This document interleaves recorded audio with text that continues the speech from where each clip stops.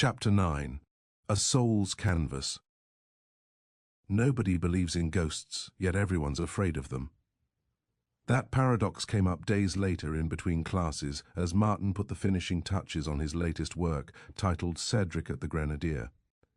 In it, the three of us obsessed over the planchette, unaware of the spectre looming behind us. A soldier's spirit sneered with puffed cheeks, preparing to blow out the candle. The ghoul's eyes directly challenged the viewer as it reached for the pencil. I was traumatized, but the effect was chilling. Fucking horrific piece, Martin. The canvas evoked a conflicting reaction, wonder shadowed by dread. Nice play breaking the fourth wall. Was Las Meninas by Velázquez your inspiration? Appraising the work, I found myself reaffirming that night's precedent. Confined within that dingy cellar, the soul's perseverance had been validated. Perhaps it wasn't over for Max. His being was in the stage wings of incarnation.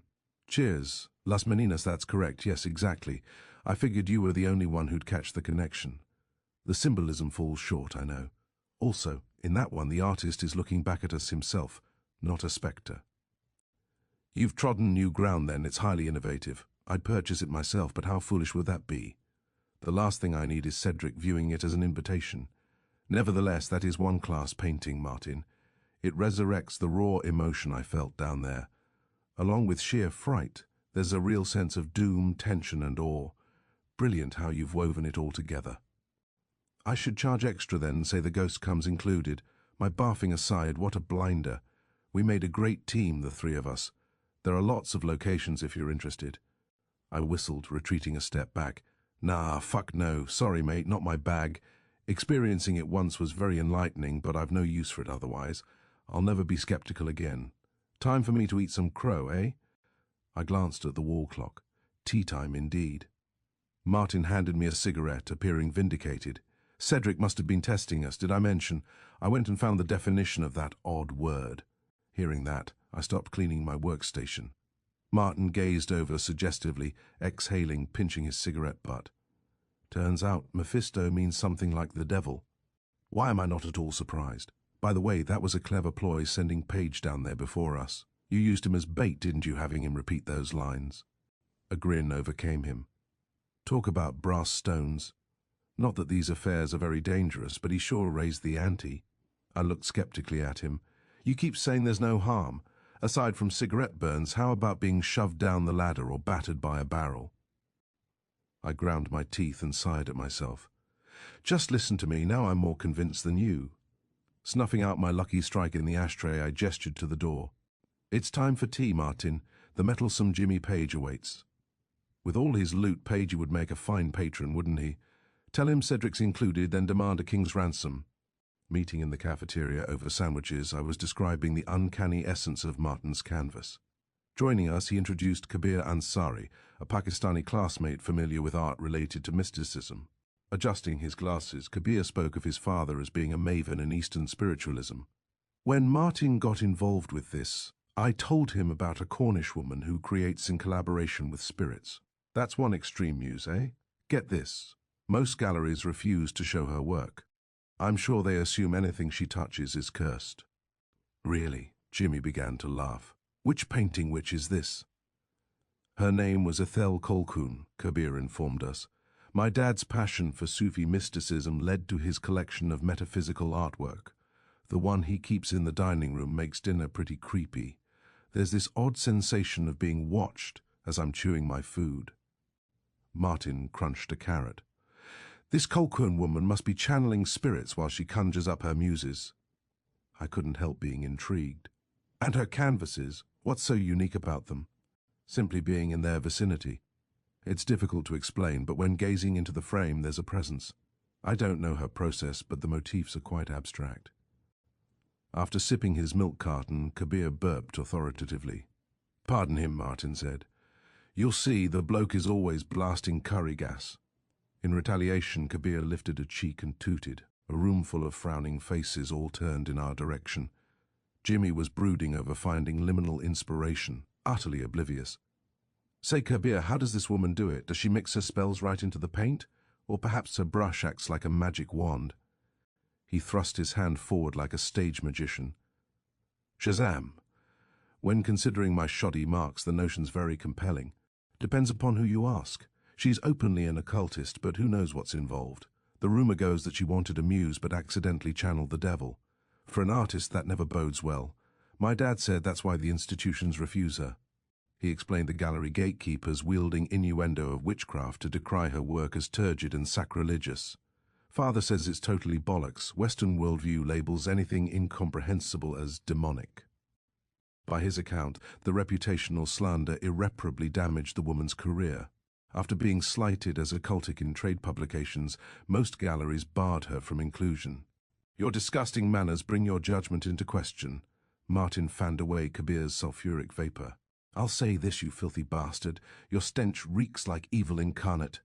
The woman's burned at the metaphorical stake, but for what? I asked. Maybe it was her jealous competition, said Jimmy. Martin rubbed his hands together. I knew you two would show interest. Quite the muse too, isn't it? While I'm studying to paint spirits, this balmy lady has them do it on her behalf. Kind of freaky, right? Paige, you'd be the right type for it. Well, that lump on my head is almost gone. Go on, tell me more. Spirits not only conceptualized her works, Kabir explained to us. They directed the brushstrokes, guiding every whim. He spoke of the woman as a living planchette, the canvas as the board. Too far out, said Jimmy. What's the deal, Kabir? Any chance of a meeting? He appeared eager, keen to impress. I'll see what I can do, mates. Looking back, that moment was the spark. In turn, life would come to imitate art, blurring the ether into reality's canvas. A spell had enchanted Jimmy. So what's your impression, Colby? Maybe the old bird's game to pass on a few tricks of the trade. This could be the ticket to channeling your inner Van Gogh. I'd fancy doing my own portrait in Rembrandt's style. I'm sure you would. For posterity, you'll hang it above your fingernail-ravaged headboard. Behind my facetiousness, I masked a deep insecurity, a fear of artistic failure flowing like a slow poison through my veins. I had to help Mum retire, so coming up empty wasn't an option. By the age of 10, I'd vowed to give her a respectable life. I pushed the ham sandwich aside, nursing a bottle of Coca-Cola. This has your mind dancing, doesn't it? I said. I've only known that look when you're fixed on something. Jimmy belched in agreement, finishing his bottle of Tizer. It would be years before the veracity of our discussion would manifest. This is the ticket using art magic. Why not refer to it as concept-oriented? Then it can be its own movement. What will you name it? I said. Post-demonic cubism or ethereal abstraction. It's all marketing terms, eh? Said Jimmy. Look, either I take a chance on something unorthodox, or I'll be strumming for Billy Fury while you're headlining the Royal Academy. There's something to this. I'm getting chills thinking about it.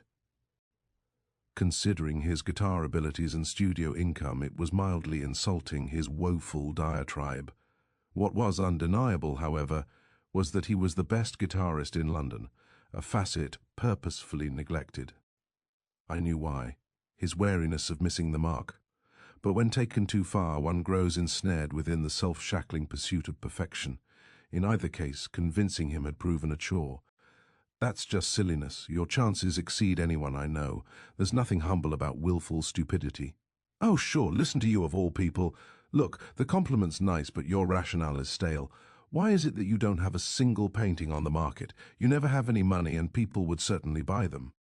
Okay, fine. I'm a fusspot calling the blackening the kettle, aren't I? Cheers for that. So, ta-ta, gentlemen, our Cornwall excursion has been agreed upon.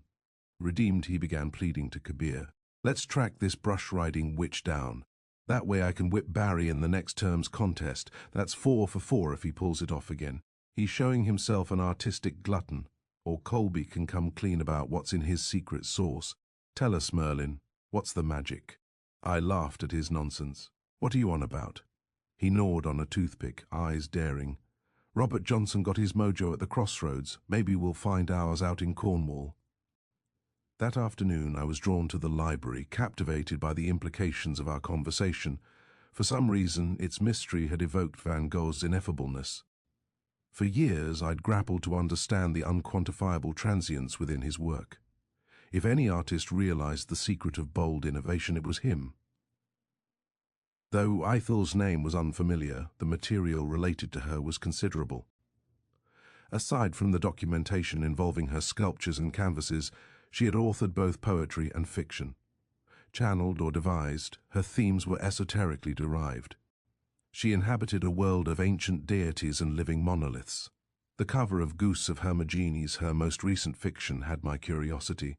Skimming through it, I wondered if the plot was analogous to her life. It involved a heroine's mysterious uncle, a black magician outside of time and space, searching obsessively for the Philosopher's Stone. Trapped within his fragmented world, realizing his maligned intentions, she tried to free herself through alchemical transmutation. The next day I grabbed Kabir in the courtyard, pulling the book from my rucksack. "How you doing, mate? Take a look at this. Last night I read most of it. It's some pretty wild shit." I spoke with my father. Ethel works at an old farmhouse outside of Penzance. He warned me that her tolerance of people has soured.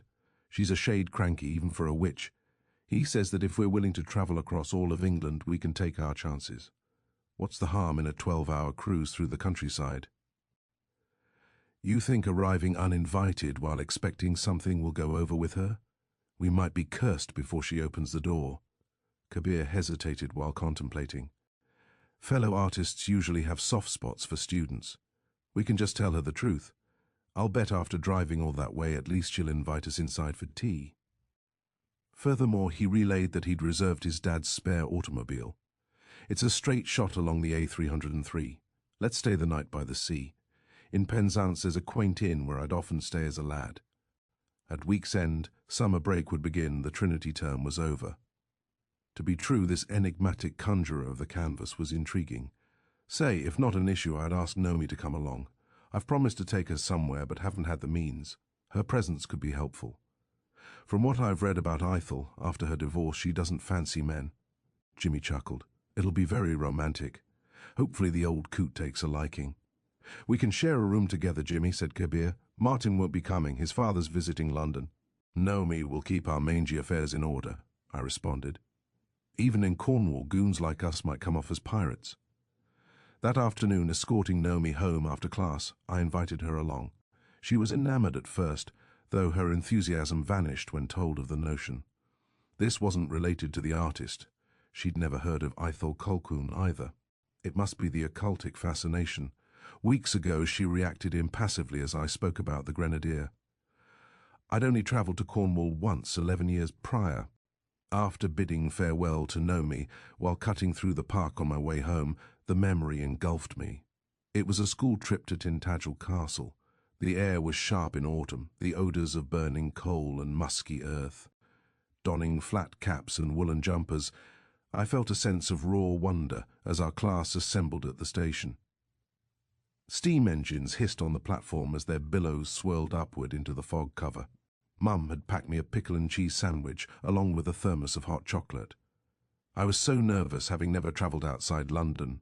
Mates often bragged about their holidays, but we couldn't afford them. "Queue up, lads," Mr. Dumble's voice cut through the clamour. Boarding, my hands were trembling, pleased to find a window seat. We'd be returning later that evening, but it felt like an interstellar voyage. I wept when bidding farewell to Mum. Other parents were going as chaperones, I had insisted, so why couldn't she be one? She smiled stoically, trying to keep my spirits up. "I'd love to, son, but I'm needed at the shop. Don't you worry, once you're there you'll forget all about me and have lots of fun." On the train, all around me, classmates exchanged tales of Lancelot and Excalibur.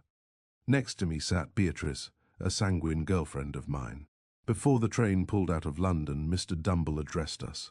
"Cornwall is where legends come alive, but never forget, the magic only happens when you channel the imagination." My favourite childhood teacher, the stories he told us were unrivalled. Prepare to see where Merlin met King Arthur, and perhaps you might spot a ghost or two. Passing by me, Mr. Dumble paused. "I see you brought your sketch pad, Barrington. You won't be disappointed. There's no better place than Cornwall to find your muse." As he walked away, Beatrice said to me, "I've already been there. My dad brought us last summer." "Really? Was it just like in the pictures?" She nodded. "Except it looks much bigger. Why don't you ever talk about your family?" Back then I wasn't accustomed to addressing that question. 2 years had passed since he'd left. "Because it's just me and my mother, I guess." "What happened to your father?" "He's away in Europe. Maybe this Christmas he'll return." Despite my young age, that was the moment I realized my self-deception. Stinging as it was, I began the begrudging path of acceptance. I stared out the train window. I'd never see the man again. Chapter 10. Pirates of Penzance. It was a grand day for driving the countryside, fueled by the spring term's completion. Before getting in the car, Nomi slipped on a pair of Ray-Bans and tied her seashell-printed scarf. The scent of cherry blossom shampoo trailed her, no less impossible than familiar, our hands locking in the back seat. I turned to the window to hide my grin. My intuition warns that a weekend with all of you gents is begging for trouble. Remember there's a lady along, won't you? Of course this doesn't involve Kabir. I'm sure he's very well-mannered. What utter blitheness as Nomi's eyes found mine, and her grip squeezed taut when Kabir revved the engine. Headed west on the M25, the sun chasing the reflection in the mirrors was blinding. We nibbled on crisps, passing Marlboros and spliffs, telling local lore while racing over the limit. In the realm of Cornwall, Jack the Giant Killer defeated Cormoran atop St. Michael's Mount, and Arthur drew sword from stone. 5 hours later, the sun surpassed us, the tarred road glowing golden. Passing by Cambourne, the Celtic Sea reached around the horizon. A sign read, Penzance, 13 miles ahead. Nomi stretched her legs across my lap, our fingers woven together. Whatever was required of fate, there'd never be another. I wondered aloud. Channeling as an artist, I can't envision how it works. Do invisible forces guide their brushes, or are they adhering to what's being whispered? I wonder how much the spirits truly influence. Kabir glanced back in the rearview mirror. Must be quite bizarre to witness, spirits affecting the artist. If something goes south, you may need a priest's or guru's intervention. The moment after he expressed that, an approaching saloon swerved into our lane. Kabir! Jimmy and Nomi screamed. Our car jerked, and the scene outside blurred. Time stretched, each heartbeat extending several seconds. If not for Jimmy reaching over to wrench the wheel, the collision would have been imminent. We brushed by so closely that both vehicles' driver's side mirrors were knocked off. After squealing sideways, narrowly averting death, we came to a halt in the center of the road, the sourness of rubber and brakes filling my nose. In a moment of clarity, I gazed across the placid bay as a wave of tranquility suffused me. What followed was a certitude. It wasn't my time to die. Too many onuses remained, both as an artist and as a son. God damn, fucking close one. Jimmy blew an extended breath. The Grim Reaper must be on holiday. Whew, how about some stiff drinks to celebrate? 2 hands gripping the wheel, eyes locked straight ahead. Kabir kidded about it. Talk about needing a priest. How much gin has that punter been drinking? Look, the cunt kept right on going. That sure was a close shave. I'd been in a shunt before, but a direct crash moving that fast would have been calamitous.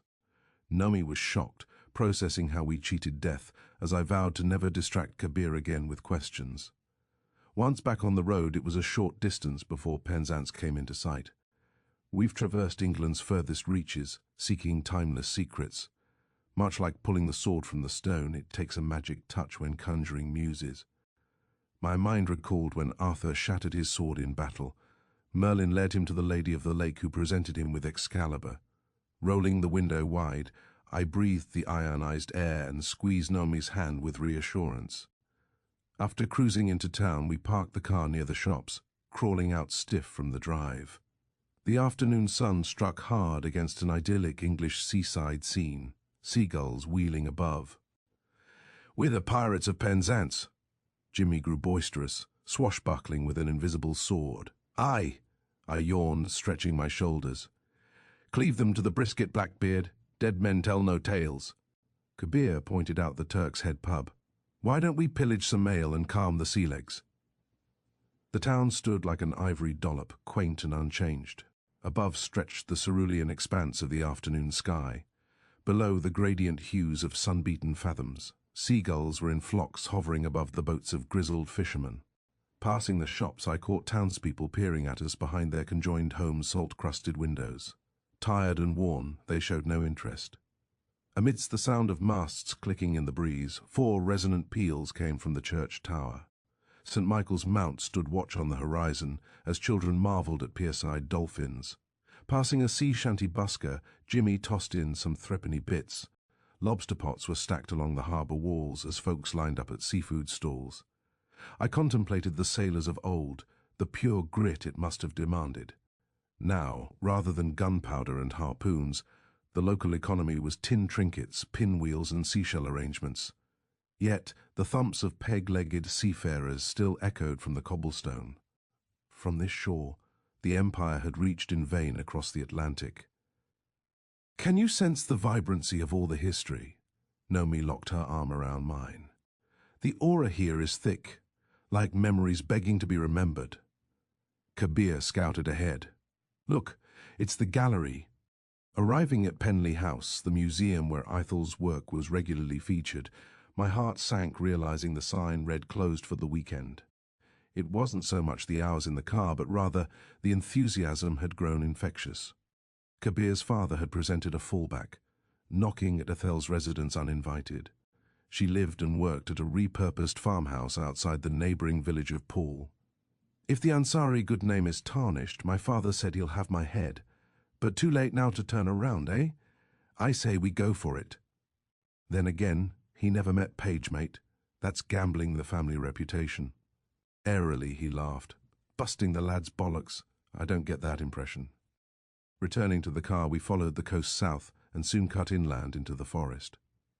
Once arriving in the village of Paul, we stopped at King's Arms public house, checking our directions. Cooling down while sipping on schooners, Kabir insisted on hot tea. "The drive made me pretty drowsy. I need some caffeine. That was a close one. Excuse me, sir, might you have milk rather than cream? My gut's been a wreck." "No, sorry, that will have to suffice. What brings you folks out to Paul anyway?" "We're looking for Ethel Colquhoun, the painter," said Jimmy. "She lives nearby. I understand. You wouldn't happen to know the route, would you?" Polishing glasses, he paused. "People in this neck of the woods don't appreciate bothering. Pub patrons call her the Wicked Witch of the West. Her face isn't nearly as green, but she always sneers at children." He looked us over, gauging our intention. "Spirits are known to possess her work. I'm sure you're aware." "Any merit to that?" Placing down the rag, he sprawled his hands out across the bar. "My sister worked the door at Penley House one summer. The whole time she tried to avoid any sight of Colquhoun's creepy paintings. When she told the priest at confession, he made a protective blessing." He motioned to a match on the nearby television. "My thing is football, unless there's rugby. These bloody artists, they're cons, all of them. Just imagine hustling folks' hard-earned quid by peddling paint smudges. That's highway robbery if you ask me." Laughter overtook me. "The ones these days sure don't paint like they used to." "That's it exactly, they've forgotten how to paint. As for the witch, I'm too wise for fairies and curses. The worst that old hag can do is bite your head off." Getting a nod, he topped off Kabir's teacup. Slamming down my bitter, I wanted another. After Jimmy slipped him a quid, he was pleased, directing us to the Penaluna farmhouse. "Go west on Boslandew Hill Road, just past the Primrose. Once on Quarry Lane, her drive is right after the cemetery gates." "Thanks for that," said Jimmy, standing to leave. "From what you've said, it should be interesting at the least. If she says to fuck off, then you should come back to the pub.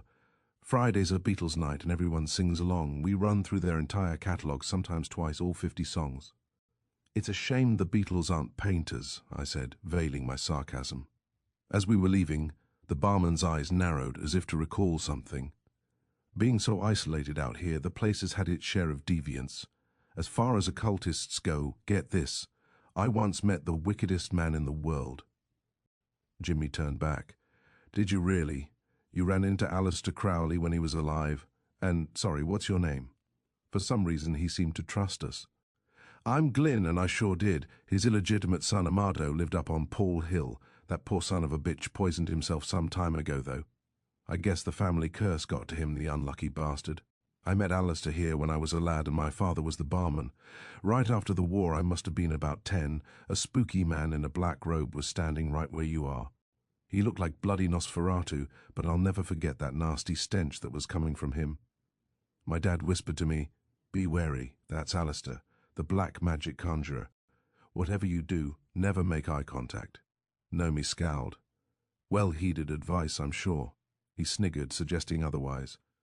"Not so much. I was a bit of a tinker. Instead of listening, I pulled on that cursed soul's robe, demanding he perform some tricks. When I looked up into his eyes, I became fully hypnotized. Strange as it sounds, I had a vision when he intruded into my mind that day." Kabir spoke nervously. "What was it, if you wouldn't mind saying, sir?" I saw an enormous raven that was doing an awful thing. Not to speak reprehensibly in front of the lady if you care to cover your ears, ma'am. The bird was pecking at someone's face. His voice dropped lower. It was that of a sobbing little boy. Blimey, holy shit, said Jimmy. That's one nasty Crowley tale, and scary as all hell. Years later, I heard rumours about the great beast and Ethel. There were stories about orgy rituals and goat sacrifices. Then a barmaid went missing. Some say she ran off to Paris. Crazy as it sounds, people said they were conjuring demons to breed some kind of baby. Nomi gasped. My goodness, what? The gullible people in this inbred village believe anything. Sorry for being vulgar, young lady. Look, fellas, I don't know fuck all about magic. Working here, we toy with the city folks with yarns about mermaids and knockers. But know this. All of Cornwall was woeful of the beast 666's stink eye back then. It's frightening the way you speak of him, said Kabir. Crowley, the scummy bugger's been dead for 2 decades. When you meet Miss Colquhoun, say that Crowley's spirit possessed you and you've returned for a magical jobby. The bloke erupted into guffaw along with Kabir and Jimmy. Once back in the car, my nerves chewed at me. Am I the only one who's not good with this? The man cautioned us, didn't he? She doesn't fancy people. I say we forget about troubling her and enjoy Penzance. No way, we're here already, said Jimmy. It was wise to suggest Nomi come. If Kabir's father's name fails us, she'll lend a bit of feminine grace, if that's all right with you, love. Of course. She made spry eyes at me. If need be, I may cast a few spells of my own. Jimmy turned back, peeling a grin. She's a bit of a number, our good witch.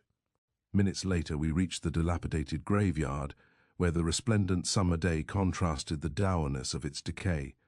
A sign spoke of relocated remains from the village's 1832 cholera field. Shadows stretched like fingers from off-kilter tombstones, as if clawing from the underworld. A fleeting attempt at legacy, the grave. Whatever comes of my life, I want to be remembered by my canvases, not some moss-covered hunk of stone in a place people loathed to frequent. This old worm farm looks out of business, remarked Jimmy. I gazed through rows of slanted crosses, and yet they're coming for us all. Taking the first left, we followed a bumpy, tire-worn trail into a clearing. We approached a weathered, stark white home with jade shutters recently painted. With daylight retreating, I knew it was poor form to intrude, again suggesting we reconsider. Jimmy wasn't having it, nor was Kabir, both eager to knock. After a discussion amongst us, we agreed that Nomi offered the best odds. The house had a subdued energy, its windows like empty eyes. Watching from behind the glass, I sensed a watchful presence. On the second floor, a shadow moved behind the curtains as the weathercock creaked. I reached for her arm. Let me come with. I'll be okay, Barry. It's less confrontational if I go alone. After 6 hours in the car with you three, this doesn't frighten me. She pecked me with a kiss. Wish me good fortune. I'll see you shortly. Tying up her hair, Nomi checked her reflection in the car window, positioning her scarf and blouse. She confidently marched to the door where her knocking was swiftly answered. Out of earshot, she was speaking to a middle-aged woman, presumably Ithel's assistant. We leaned nonchalantly against the car, whispering nervously. And there you go, it's working. You're bloody welcome too. That woman's quite the prize, if I don't say so myself. I owe you my firstborn son. Fuck, that's right, baby Jimmy Shagger. I bobbed my head, deftly watching. Well, would you fancy that? It appears that Nomi's making headway. After several minutes, we were waved to the porch and introduced to Bridget. Kindly greeting us, she repeated each of our names while shaking hands. Despite the intrusion, her demeanor was genial as Kabir imparted his dad's patronage while conveying our curiosity. Nomi spoke up. It's improper, if not rude, to arrive as we have. Just know we come in good faith, free of any expectation. Bridget appeared empathetic. Considering the great distance, I do wish she might accommodate. I'm afraid Miss Colquhoun meeting strangers without notice would be out of character.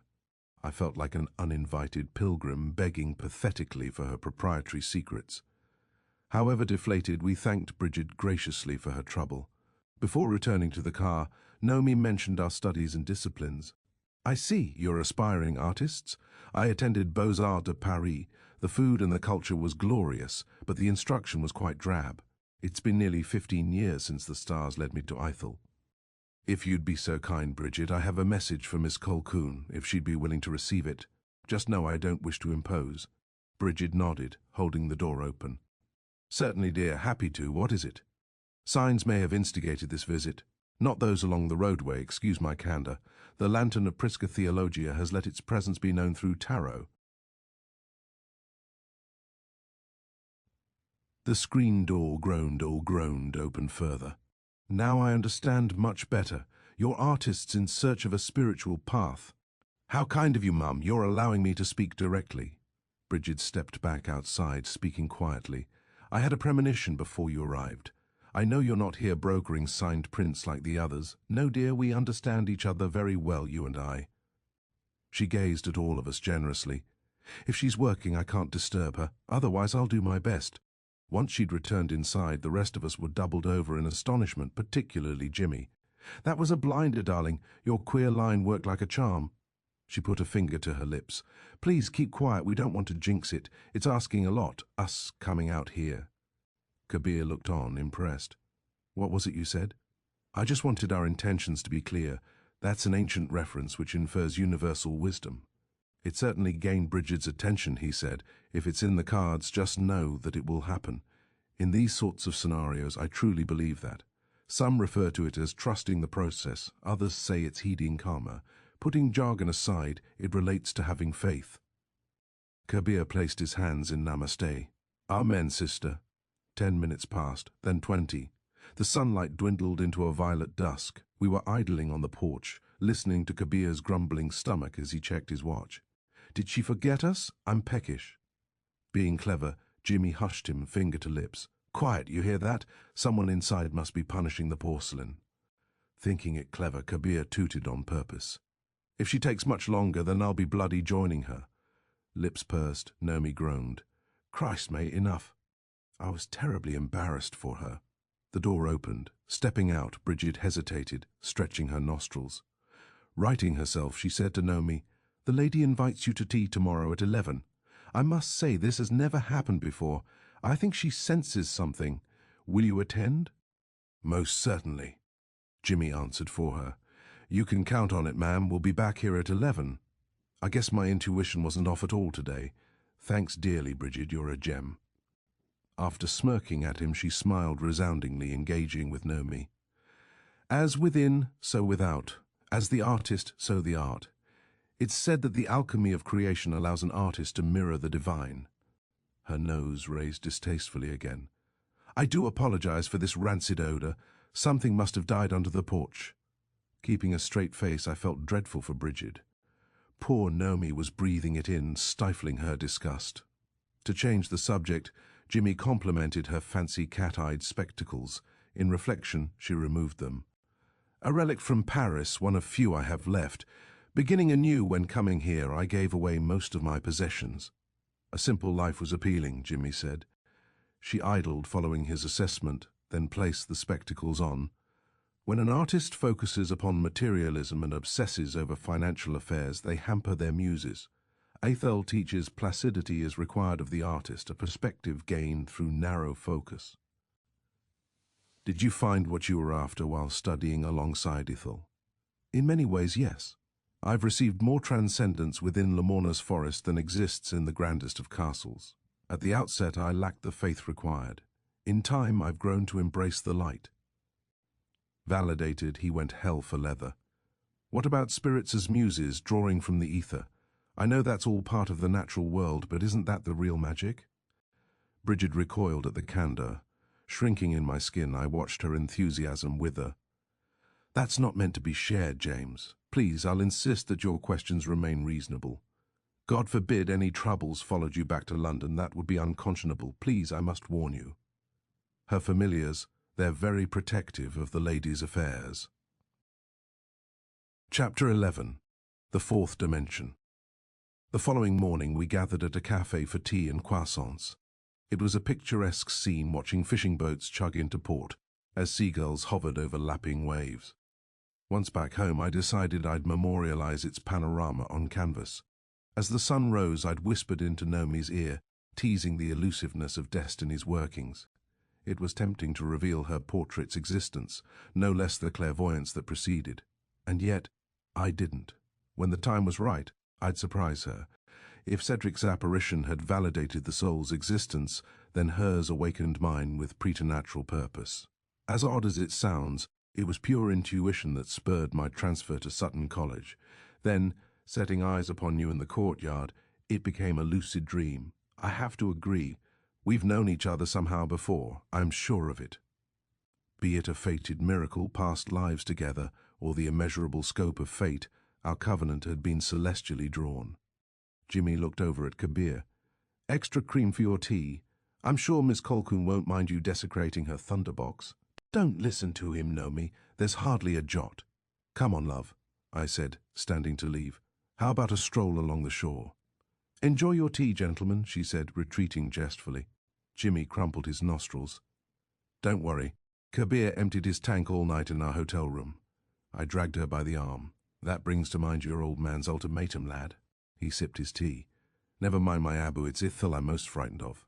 That bloke claimed Crowley used to poke her during rituals. Ears dirtied too early, I pulled Nomi away. Passing by the docks, fishermen were unloading catches into brails, toiling hastily before unmooring to net another. I thought of all the bold souls that departed from that dock, never to return. Only those most daring might receive the wealth of the tide's bounty. Even then, in retribution, nature reclaims all it can. As my artistic lens blossomed, metaphor appeared in everything. Walking barefoot on pebbled sand, the frigid waves chilled my toes. Are you excited to meet Ithil? Her tenor was neutral. Of course, aren't you? An arm around her, I pulled her closer. Maybe there's merit to Jimmy's obsession. Don't worry about yesterday. As far as etiquette goes, us fellows had a discussion. I know Jimmy likes to act silly, and sure, there's definitely something to it. She picked up a stone, skipping it across the sea. Outside her house, I sensed them. She hadn't said anything. Really, I did too, but figured I was paranoid. Do you think it's haunted to the gills or what? Nomi's concerns regarding conjuring spirits were well established between us.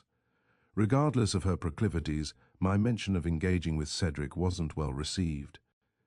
When channeling entities, they rarely depart afterward. I'm sure she has systems for preventing problems.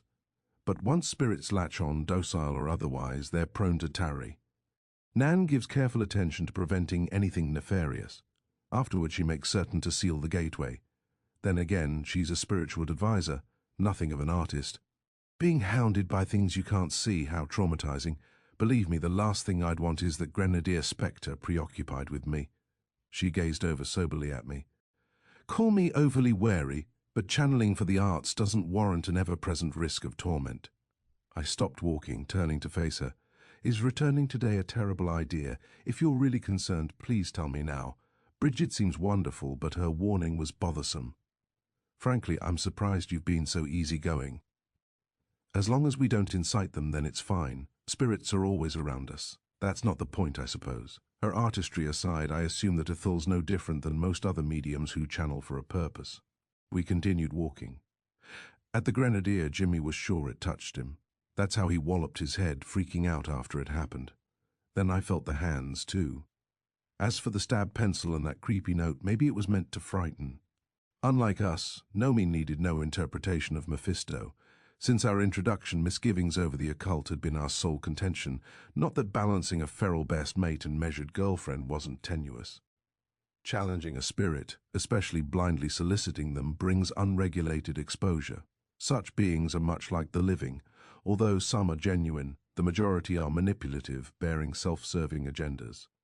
And demons, doesn't that get overblown? Halting, she faced me. If you seek them out long enough, rest assured they'll answer, and angels too, bless them. Just don't expect cherubs strumming harps. I'll never forget her pitiable chagrin, realizing how my words came off as those of a pretentious twit. As I kissed her forehead, the seawater felt colder across my feet. It's a stark, ancestral truth discarded by modernity. The soul bears the perpetually sway of forces unseen. I led her hand again, walking. We went for free drinks. I needed to prove it was real. Having done so, as I told Martin afterward, the paranormal isn't of interest. She leaned her head upon my arm. A wary sentiment, I do appreciate that, but that's not what went on in the cellar. It was a form of conjuring, however indirect. Though agreeable in principle, I drew back at my decisions or actions as subject to her approval. Things are still pretty new for us, and I intend to make all my own decisions. I'll always stay true to you, but just the same, I'm a man that follows his own accord. She looked at me stoically, speaking with assurance. You and I being disagreeable isn't in the cards for us. Don't worry, I've already checked. Squinting through the morning's radiance, her gaze's incommunicable luster reavowed our love's inevitability. It pained me that I'd withheld that night's worst sin. Whilst my words were honest, I didn't tell her about Jimmy keeping that Ouija. Even worse, whenever mates came to his flat, he'd always pressure them to use it. Though I'd sworn to not withhold secrets, it remained the only one. But then again, I'd neglected to tell her about Max. Retracing the rocky coast south, the air felt crisp through the backseat window. Tongues briny, the dimpled sun had risen through a hazy horizon. Cutting back inland, the hedgerows burst with wildflowers producing vivid corollas. Passing the lush greenery and the gnarled limbs of old-growth oaks, we wondered what it would be like living in the traditional stone cottages with cosy front gardens. In the village pool, we idled time while checking out street-side knickknacks. I purchased a few postcards that depicted local folk art as keepsakes. In the car, Jimmy noticed. Postcards? They were the most affordable artwork. Calling them art too funny. Hitler got his start painting them, eh? Hey, Kabir, mind if I nick a cigarette? Naomi, give us all a talk, won't you, love? Let us know how to best behave ourselves today. Oh, please. As Kabir drove off, Jimmy turned to the back. It reminds me, I've promised to buy Martin's Grenadier painting. Hard to pass being such a bargain. Just a quid, 69p. Not too shabby, eh? You get to see it regularly at my flat now, mate. I'll keep that Ouija nearby, just in case. I cut him off. All right, I get it. I looked at Naomi just as he realized the extent it bothered her. Sorry, darling, he said. I was just exaggerating, didn't mean to come off so obnoxious. Kabir turned down the road to the farmhouse. The cemetery's just ahead. I noticed Naomi's reaction, uneasy. Maybe something felt different today. I was on edge passing all those broken tombstones. The monuments were unearthed, their stones suspended at unsettling angles. I wonder if the beast 666's son is buried there, said Jimmy. Kabir raised an eye. You mean the one he bred with Eiffel and the devil? I scowled and Naomi rolled her eyes. Arriving at the farmhouse, Bridget was weeding in the garden, rising to wave as the brakes squealed to a halt. Her positivity was infectious, the sun basking our faces, its rays penetrating the surrounding tree grove. With open arms, she embraced us. This is a lovely day. As good as it gets in England, wouldn't you agree? Seems you've brought the dreamy weather with you. We were led around to the back, where a paint-splattered entry required no introduction. I grew humbled with the sobering realization of great privilege as I entered a potted plant kingdom where ferns held dominion as anthuriums and orchids served as jesters. Remember to stay considerate of Naomi, but I'm very keen to learn about this. Easels holding canvases rested between the ornamentals as sunlight poured through vaulted ceiling windows. Wildflowers stood exalted in vases on wrought iron enclosures. Foxgloves, bluebells and primrose. Bridget escorted us into the adjacent parlour where a tea table waited. The lady will join us shortly. Has your morning been pleasant? During our small talk, my attention was commanded by a 3-by-4-foot piece of frottage and decalcomania. The title read, Mantic Stain, Volume 7. Paints were pressed between glass plates, then pulled apart into bleeding forms. Indigo and burnt umber composed the base, their hues trailing like veins from the centre.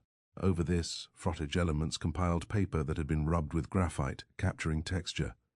Though the motif was obscure, it depicted an Orphic egg nested within an enchanted forest. Hidden beneath a rushing waterfall, the egg's alabaster shell mirrored the night's celestial iridescence. Hey there, Earth to Barry!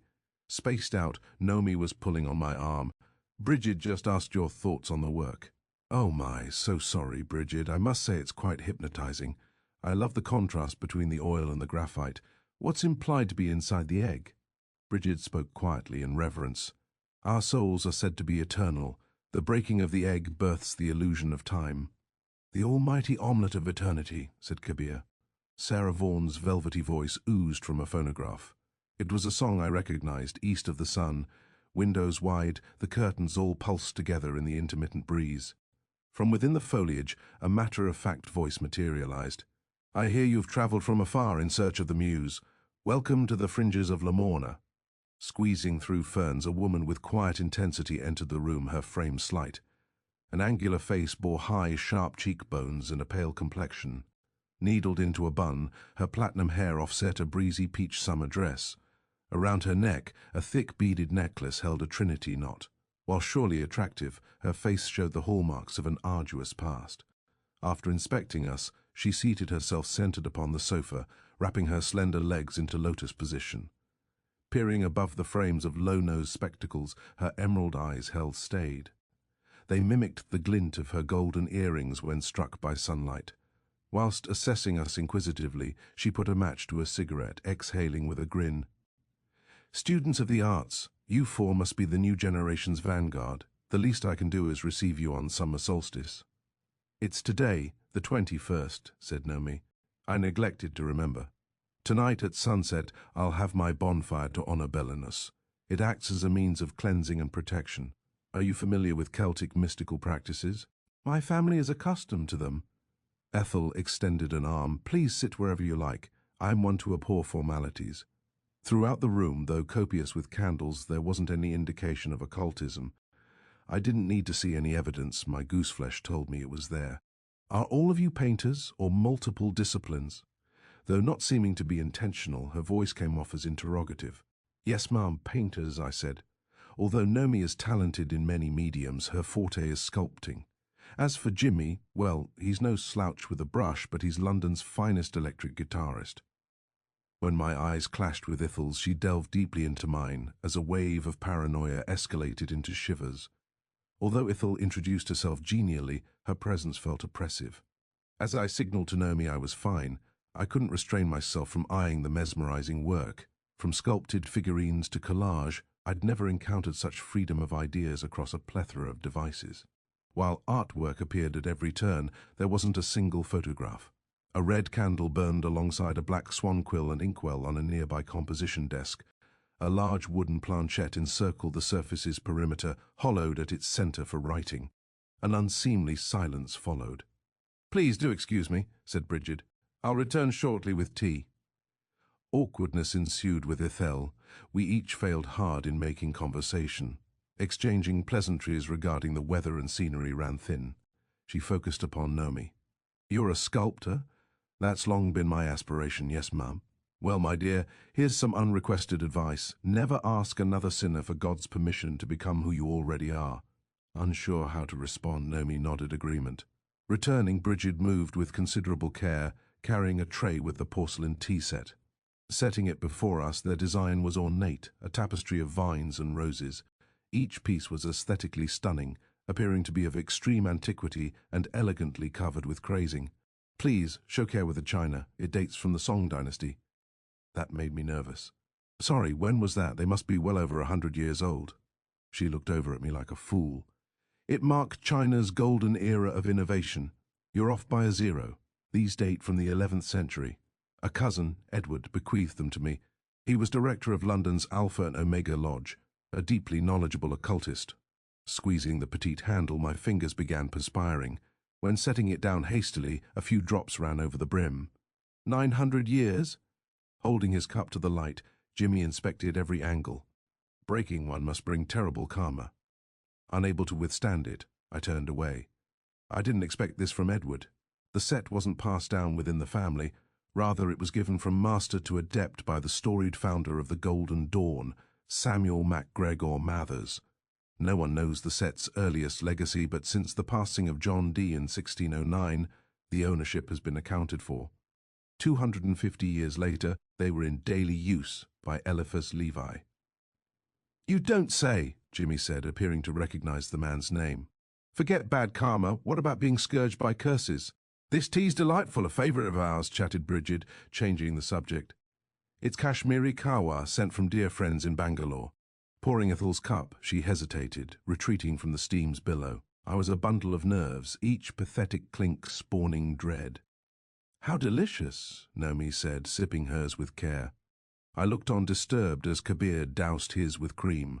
Ethel said to Jimmy, You've just invoked karma. Eastern philosophies are my second nature. Despite my complexion, I'm native to India. Were you aware?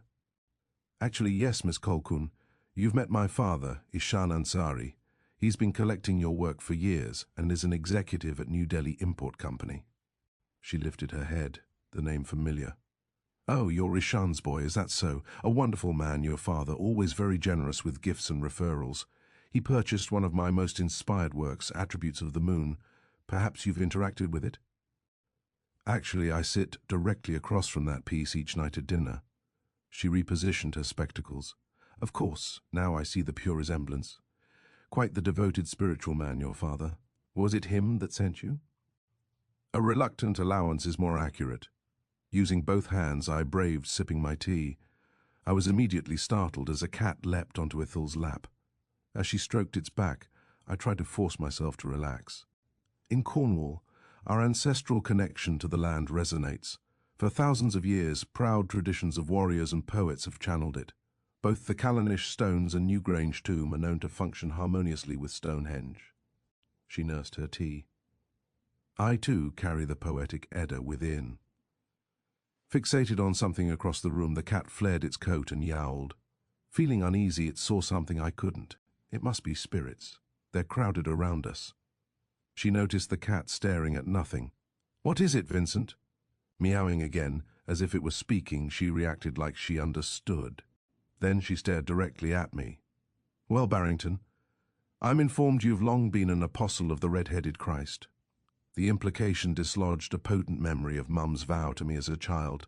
Stare long enough at the magic of Vincent van Gogh, he'll visit you in your dreams. Barrington? Do excuse me, Miss Colquhoun. My understanding of religion is modest. No, I'm speaking of Vincent. My mind clutching at shadows, nothing registered. My apologies, ma'am. Don't take offence, please. Are you by chance referring to the cat? Indeed, he was named in Vincent's honour. The Christ reference was once considered common, so no bother. Its use was evocative of the artist's enduring passion, despite his life appearing forsaken in every aspect. Forgive me, I'm curious, ma'am. Why refer to his life as appearing to be forsaken? He had it awful, that's well known. It was by design. For all of eternity his soul will paint at the right hand of God. He suffered for every artist's sins, if not humanity's as a whole. Left with a pause, no one dared speak. Very well, now the correlation has been explained. So, Barrington, tell me the nature of your connection. How well do you suffer? As if my mind was being read, the pages were an open book. My mother covered my nursery walls with Van Gogh prints. He's my greatest hero, what inspired me to become a painter. I wouldn't have troubled otherwise. When she would read me the book, Good Night, Moon, I would point to Starry Night.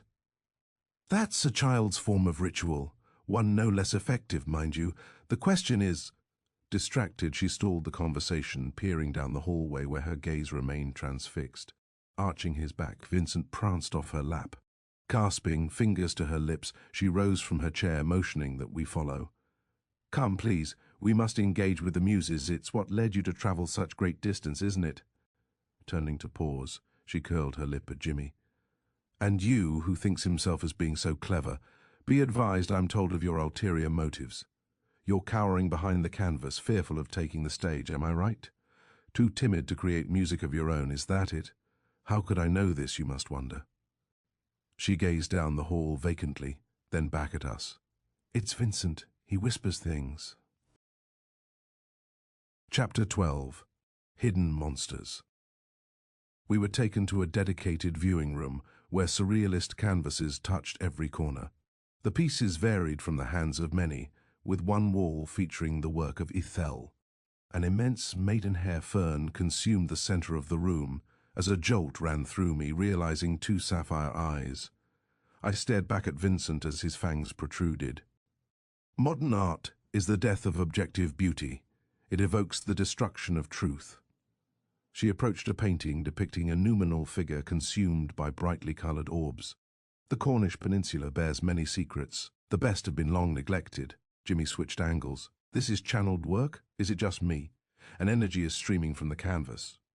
She ignored it. I bit my tongue, so tempted to chastise him. Another awkward silence ensued. While glaring at Jimmy, I redirected. The lands of Cornwall sure are poetic, Ms. Colquhoun. The palette of colour alone reminds. I didn't bother to continue.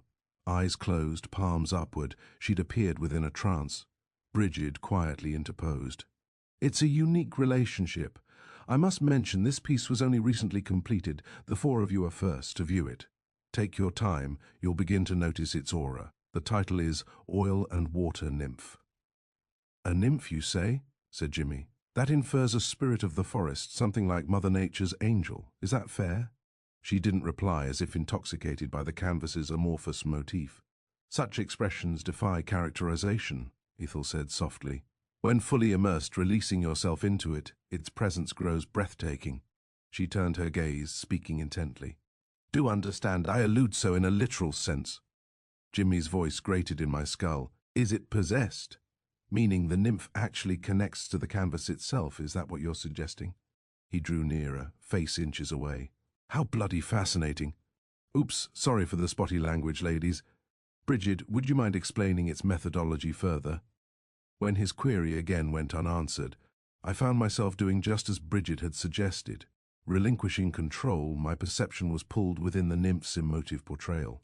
Drawn into the opaqueness of subconsciousness, I sensed the presence of a feminine being, an embodiment of alchemical transmutation. Barry, you okay? Kabir whispered, tugging on my sleeve. Try to pay attention, Ethel's been speaking to us. Oh, so sorry. Detached from it all, yet again, untold minutes had passed. Yet he's the only one approaching it correctly. To engage my work properly, one must subjugate all resistance. The canvas must have its way with you, not you with it. Have you witnessed the murmuration of starlings? If not rhetorical, her query was given silence. Plunging my psyche into its frame, I arrived within a natural well. There, the nymph's lustrous orbs began blinding in rainbows of spectrum. Lulled by their effervescence, I was grounded again when Nomi squeezed my hand. What does this represent, Mum? Pondered Kabir. It looks like chakras within a dying body. Nymphs are known to be immortal, isn't that so? Eyes shut. Ethel didn't respond. Admiring her canvas, I was confronted by my own approach's soullessness. Hers was of a liminal process, superseding theme, technique, or medium. Brushing the edges of a dream, I pictured myself as a dissident artist, weighing the tenacity of creating indifferent to criticism. Ethel spoke in whisper. It comes from naught, born from chiseling away at desolation. Somehow the artist always finds a means, don't they?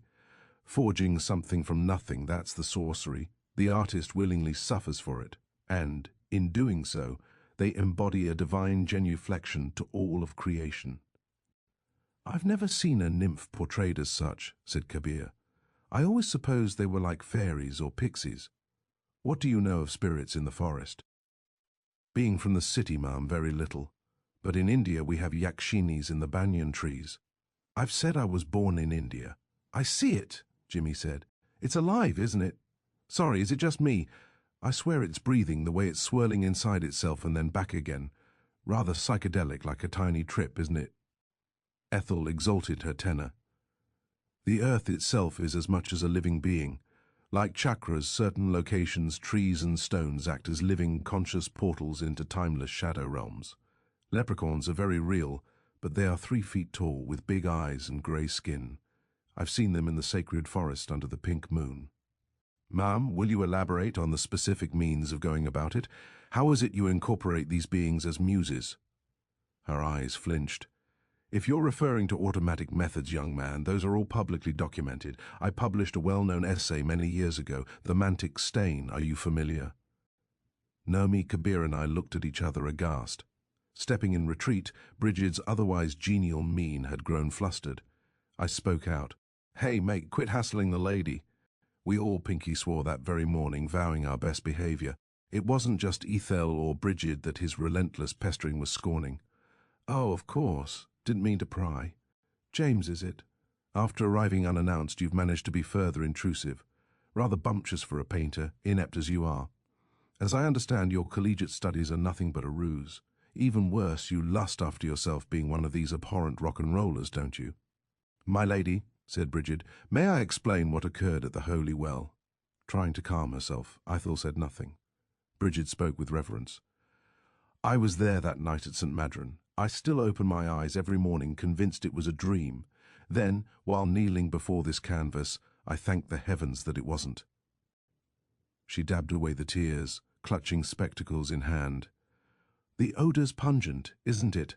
Naomi said meekly, eyes welling. "The nymph's presence is engulfing. The presence has the feminine aura of an old-growth forest." Reaching her hand, she motioned towards the canvas. "It's as though I'm there that night, alongside both of you. I can see the way she dances, her form swirling in the phosphorescence of the moonlight." "I see it resonates with you very well, dear," said Ethel in a refined voice. I've never—" Hesitating, Naomi swallowed hard. "Please excuse my stumbling. I'm somewhat accustomed, though nothing like this. It's very ancient, isn't it? The way it seems to whisper." Leaning upon my shoulder, her hand took mine. Enthusiastically, Jimmy addressed Ethel. "Am I understanding this accurately? The nymph now literally exists within the canvas. I'm not sure I follow. Did you summon it in the forest and capture its being by painting its presence?" "Her spirit isn't trapped," Ethel answered dryly. "Rather, the canvas has become imprinted. Now the space belongs to her. It offers a destination in which to forever return. You see, only inspired souls are shown her full apparition." It was then my lens shifted. Gauging my own prosaic canvases, the cowardice of my approach was laid bare. I'd let my intentions become compromised, whereas her art was an unwavering testament to flouting expectations of culture. Ethel gazed at us solemnly as if her words bore a harbinger of despair. "Subjugation is a means of societal cajoling. It wields the illusion of the material world, defying the soul's instincts." She didn't create for riches or recognition, rather, in exaltation of the sublime. The nymph's presence called out for mine, a summons to engage within the capricious chaos of inception. Transformed before the nymph's canvas, lost within tones of umber, my perspective was irrevocably altered. "I'm not sure I properly see it," said Kabir. "Here, I'll try at a better angle." When I looked over at Ethel, her gaze was already questioning mine. "Come along, won't you? There's a relatable work on the opposite wall. A dear friend gifted it to me. I'm sure you're very familiar." Led around the fern, once setting eyes upon it, I assumed she was putting me on. So definitive was the work's famed hand, any layman could have recognized. Its canvas portrayed melting clocks strewn amongst lifeless trees upon a barren landscape. There's no overstating Salvador's influence on my own progression. In retrospect, he was wise to mislead the public. I grew woozy, it was so magnificent. I'm without words, such a masterpiece still unveiled. Blimey, this is real? Kabir, Naomi and Jimmy approached from behind. "You have a bloody Dali," said Jimmy, "and not just any. Oh my God." Overhearing, Kabir tried to clarify. "Might I ask something, Ethel? What deception of Dali's might you be speaking of?" Immersed within the canvas, her eyes remained transfixed. In time, she looked back at us. "The nature of his muses, of course. Him too? Why not? It was masterful, incomprehensible." She hesitated, smiling in lucidity. "Salvador was born with it.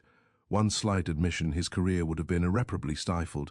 We'd only met in Paris when I shared Edward's rituals. He vowed not to repeat my own naive indiscretions." Jimmy grew engaged. "As far as disclosing the process?"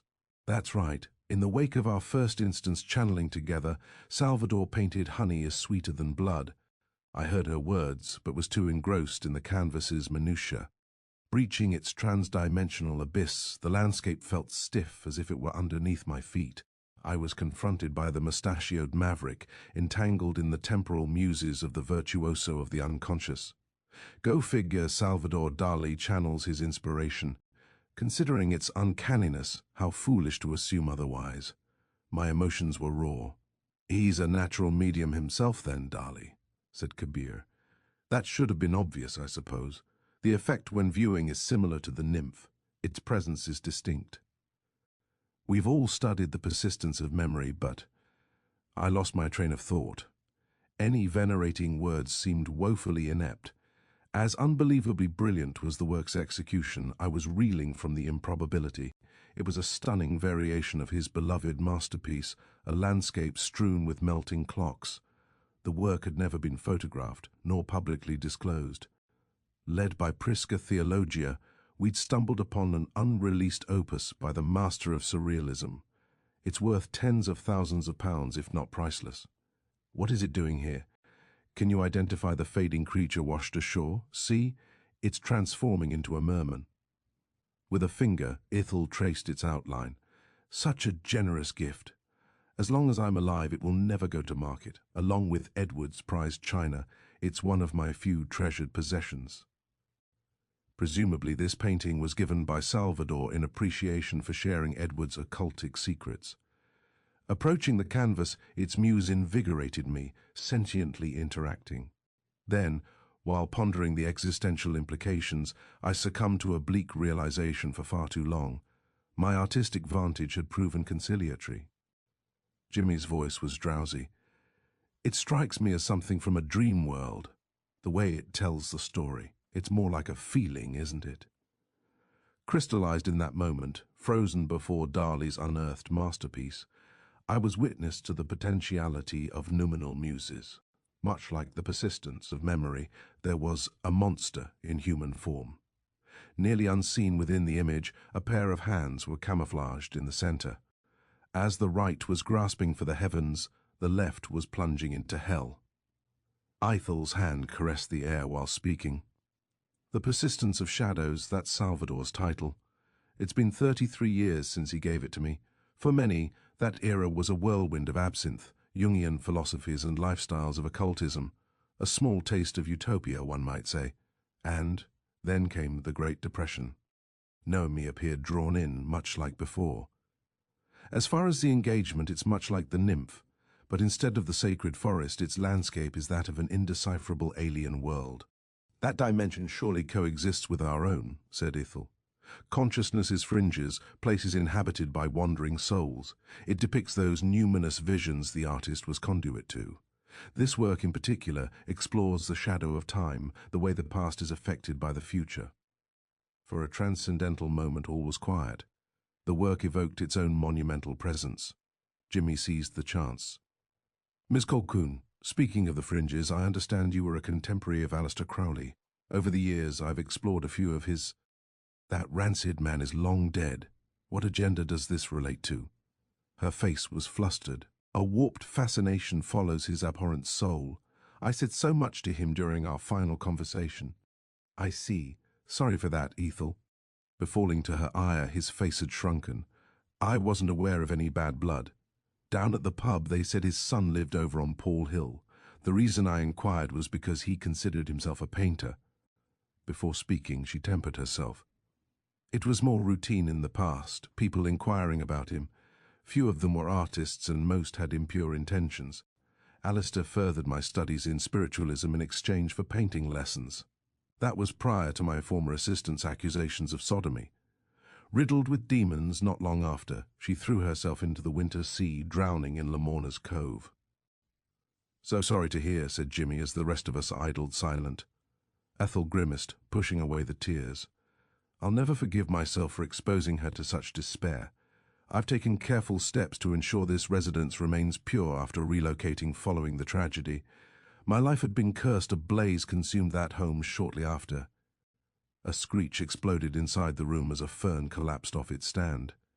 I jumped from my skin. Jimmy had trampled the cat. Damn it, I'm so bloody clumsy. Vincent, hey, little guy, are you doing all right? The pot might have landed on him.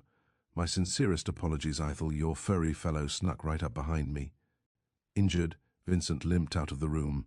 Her tone turned morose. You've kicked a black cat. That's bad luck for us all. A kitchen timer dinged, commanding Bridget's attention. Ah, yes, that's our saffron cake. Pardon me, I'll prepare the tea. Chapter 13. Curses. Honeyed yeast perfumed the parlor, the enticing scent cutting the tension. Buttercream's sweetness blended with cherry's tartness, a tapestry woven with threads of saffron. Drawn along the silk road to clove and cardamom, I stumbled upon an alchemy of ginger, nutmeg, and cinnamon. While waiting at the tea table for Bridget, the mood loomed. Ethel consoled Vincent, stroking his paw as he lay on her lap, our attempts at conversation hard-fought. I directed my ire at Jimmy, sneering subtly. Lighting a cigarette, he mouthed, "What?"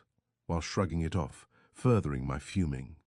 Bridget emerged with the tray, showing great care as she poured.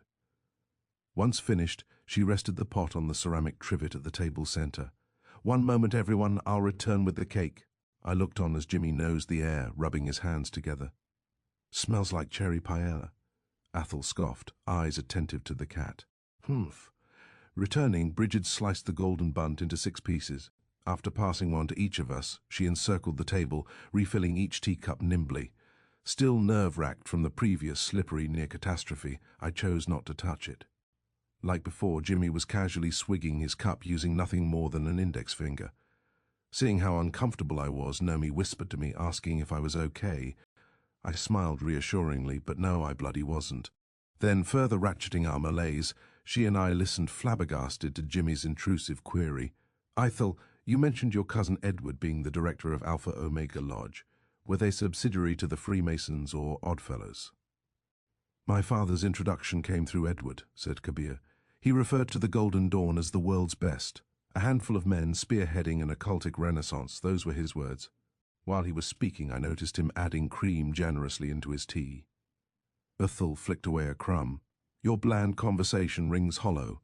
The Order was well known for its multidisciplinary intellectuals, many of the era's brightest. Following its disbandment, a number of other organizations continued on with the legacy. Blah, blah, blah. The wildflower blooms we passed this morning are amongst the most beautiful I've ever encountered," Nomi said. "I've never seen sea pink and periwinkle bluebells as vivid. I find primroses most mysterious, dear. Their nuance is evocative of the human condition. I'm sure you can recall Ophelia warning Laertes about the path of dalliance." Her flashing glance at Jimmy bore clear insinuation. "This cake is scrumptious, Ithel," said Kabir, slathering his knife with blackberry jam and clotted cream. "Bridget mentioned it originated in Cornwall, but these are the tastes I grew up accustomed to." "Fine, then. I understand that being native to India offers exposure to spirituality, Mum. If I may ask, what inspired you to interweave the unseen into your work?" She dabbed her mouth with a napkin. "When I attended London's Slade School, Edward introduced me to many of his co-conspirators in mysticism. Osmosis by then, I suppose." Unappetized, I picked at the cake. "Was your cousin a painter?" "No, there wasn't an artistic bone in Edward," she chuckled, reminiscing. "Although he enjoyed collecting to the point of being known for it. Artists visited regularly. The stigma was less back then. Edward was a deeply committed occultist when his humdrum business interests weren't preoccupying him. As far as the Order's reputation all these years later, that speaks for itself." "The Golden Dawn! Now I recall why it's familiar," Jimmy said. "I understand that Aleister Crowley was once a member." Ithel dropped her fork, pushing away the plate. Kabir, Nomi, and I exchanged frustrated glances. Seemingly unaware, Jimmy savoured his cake. "Here," Ithel slid her plate briskly to him. "Have another. Best I've ever had. In London, you'd have a queue around the block." Kabir rubbed his stomach. "Sorry, Ithel, I hate to bother, but would you direct me to the loo?" Nodding, Ithel gestured down the hallway. As if to lead him, the cat leapt off Ithel's lap, hobbling in that direction. The 3 of us took note, hearing his request. Kabir and his goddamn cream. I pray the stench won't reach the parlour. With Crowley's spectre lingering, I reintroduced Ithel's primrose illusion involving Shakespeare. "I studied a bit of Hamlet, Ithel. A poisoned ear in an unweeded garden, that's how it's often spoken of.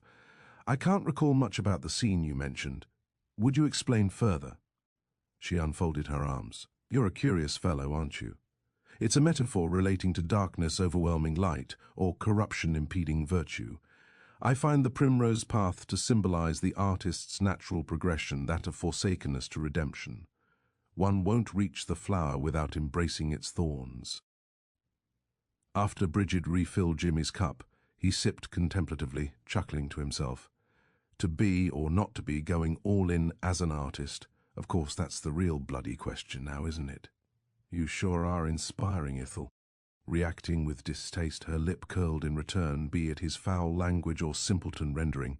Steering the conversation, Nomi commented on the moistness of the cake, as Bridget described its aromatics. Jimmy had become animated, quietly directing my attention.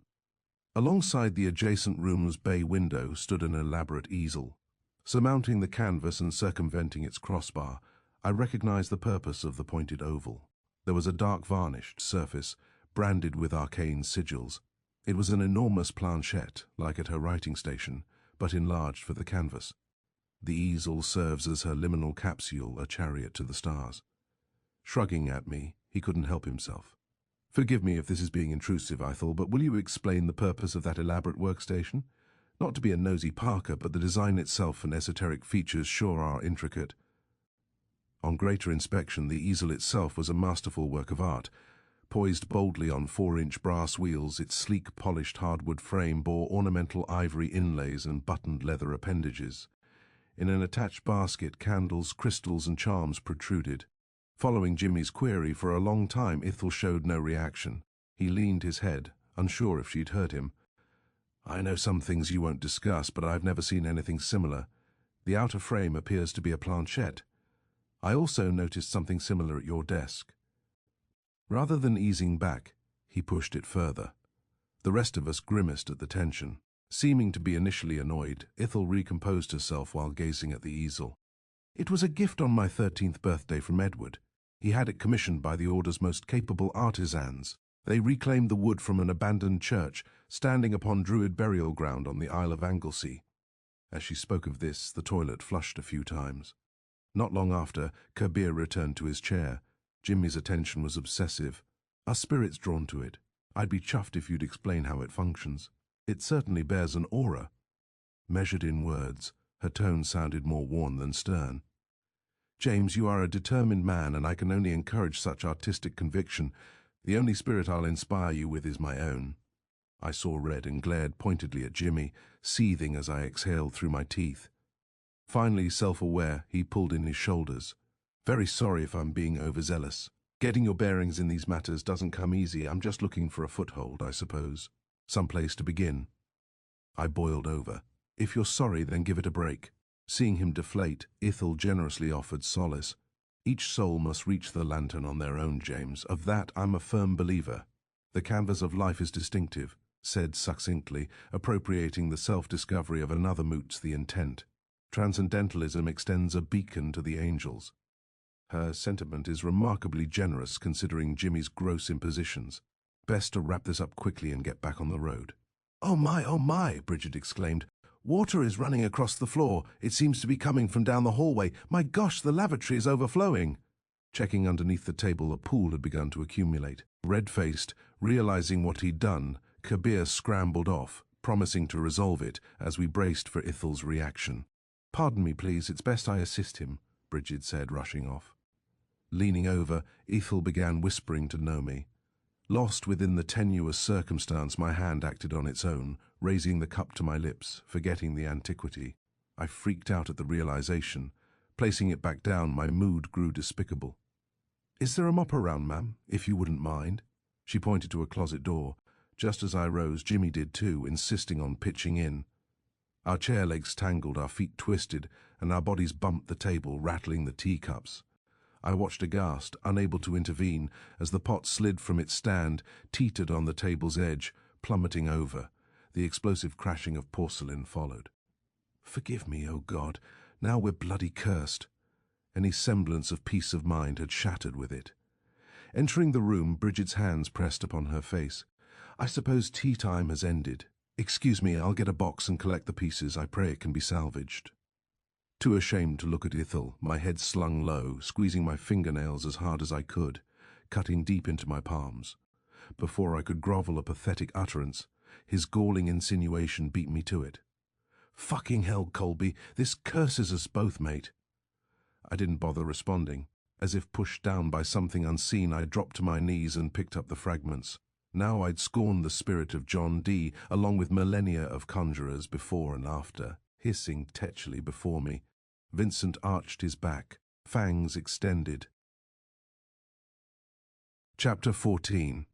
The Devil's Finger. For untold nights I dreamt of the teapot, waking at the sound of it shattering. Each time the explosion on the floor felt more concussive. I would lunge up exasperated, wondering if some message was intended, be it subconscious or non-local from the ether. Looking back, 6 decades into the future, I'm at a loss. Whilst I was rightfully obsessing about a curse, The teapot was a symptom, not the cause. Malisons don't depart on their own, each misfortune begets another. Drawn from limbo, I'd stepped into the first circle of hell. As summer unfolded, I was back to the doldrums of hunting for an income. Nearly resigning to washing brasserie dishes, Jimmy pulled strings to arrange a maintenance gig at Pie Studios No. 2, located at ATV House on Great Cumberland Place. Interviewing there, I met Shel Talmy, an American producer who had recently jumped the pond. Following a hit with The Bachelor's Charmaine, his services were in demand. After realizing Jimmy's talent, he booked him all summer. The first group slotted was the Ravens, in the midst of being rebranded as the Kinks. These recordings would one day be heralded as historic, credited as laying the bedrock for hard rock and heavy metal. Such terminology didn't exist then, but those sessions birthed the unrivaled anthem of rebellion, the seminal hit, "You Really Got Me." Grateful for employment and determined to demonstrate my usefulness, I'd arrive daily an hour early, ensuring each task met expectations. That included preparing equipment, running supply errands, and polishing the toilet. I'll attest to this. Most ale-swigging musicians don't even bother to aim. Despite the janitorial duties, I was chuffed with the pay, and the perks were fabulous. Namely, it offered unfettered access into London's rock and roll milieu. I found myself befriending musicians and managers, awash in party invitations and free concert tickets. Rather than being brought along as a mate of Jimmy's, I was treated as an equal. My first day in, Shel requested that I work on both Vox AC30 guitar amplifiers. Nothing too challenging, it involved biasing them by adjusting the cathode resistor with an Arvo multimeter. I swapped out the L84 power tubes for fresh ones and tested the outputs while measuring the signal. Shel stood alongside me, giving pointers before remarking warily, "These Davies boys are known for causing studios trouble. Art Greenslade, their last producer, told me they battered all his amplifiers. Keep a close eye if you don't mind. Each of those Vox runs 130 quid. What are you suggesting, Shel? Do you need me to be your studio muscle?" I figured he was exaggerating. Grinning tepidly, he wasn't. "I'd like to keep them out of the control room as a precaution. I'll say this, considering their reputations. Before they incinerate the building, let's be prepared to intervene." Having finished with the amps, using the house Telecaster, I strummed a few chords before powering them down.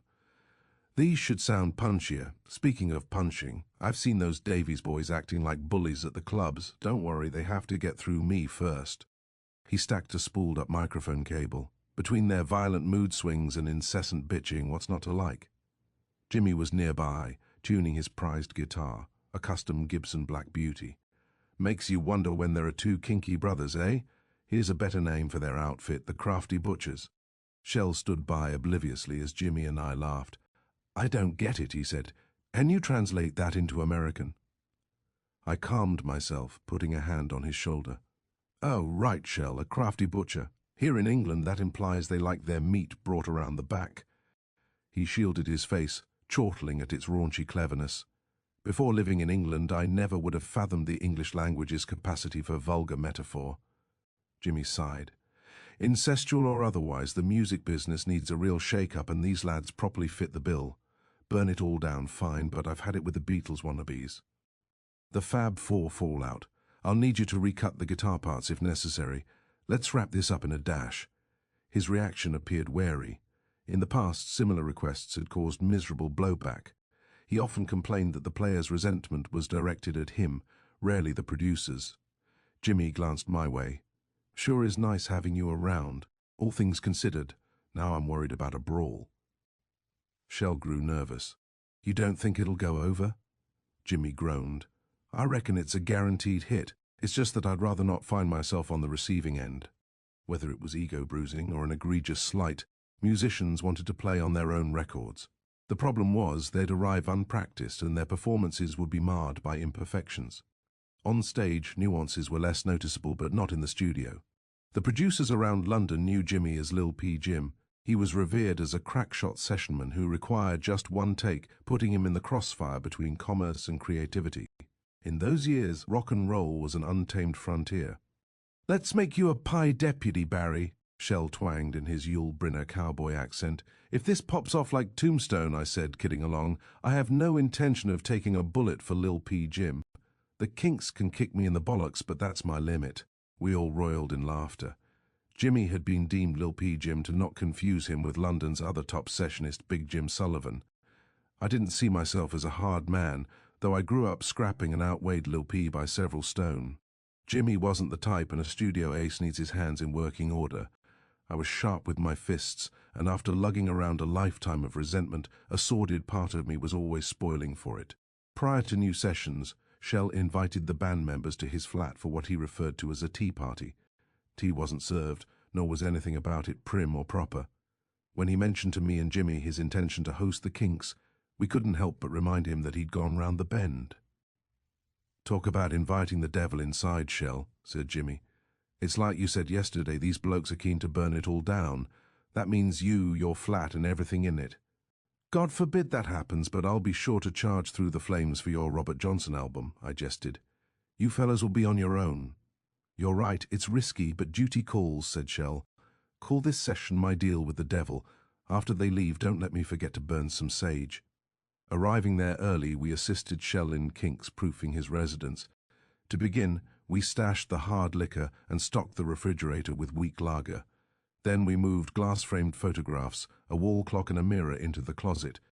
Being extra heedful, we hauled his Pi V210 TV into his office and locked the door.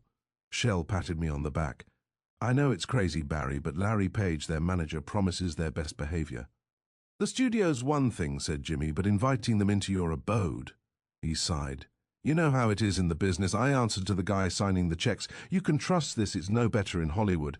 Back there, no matter how ridiculous, people do whatever the suits demand."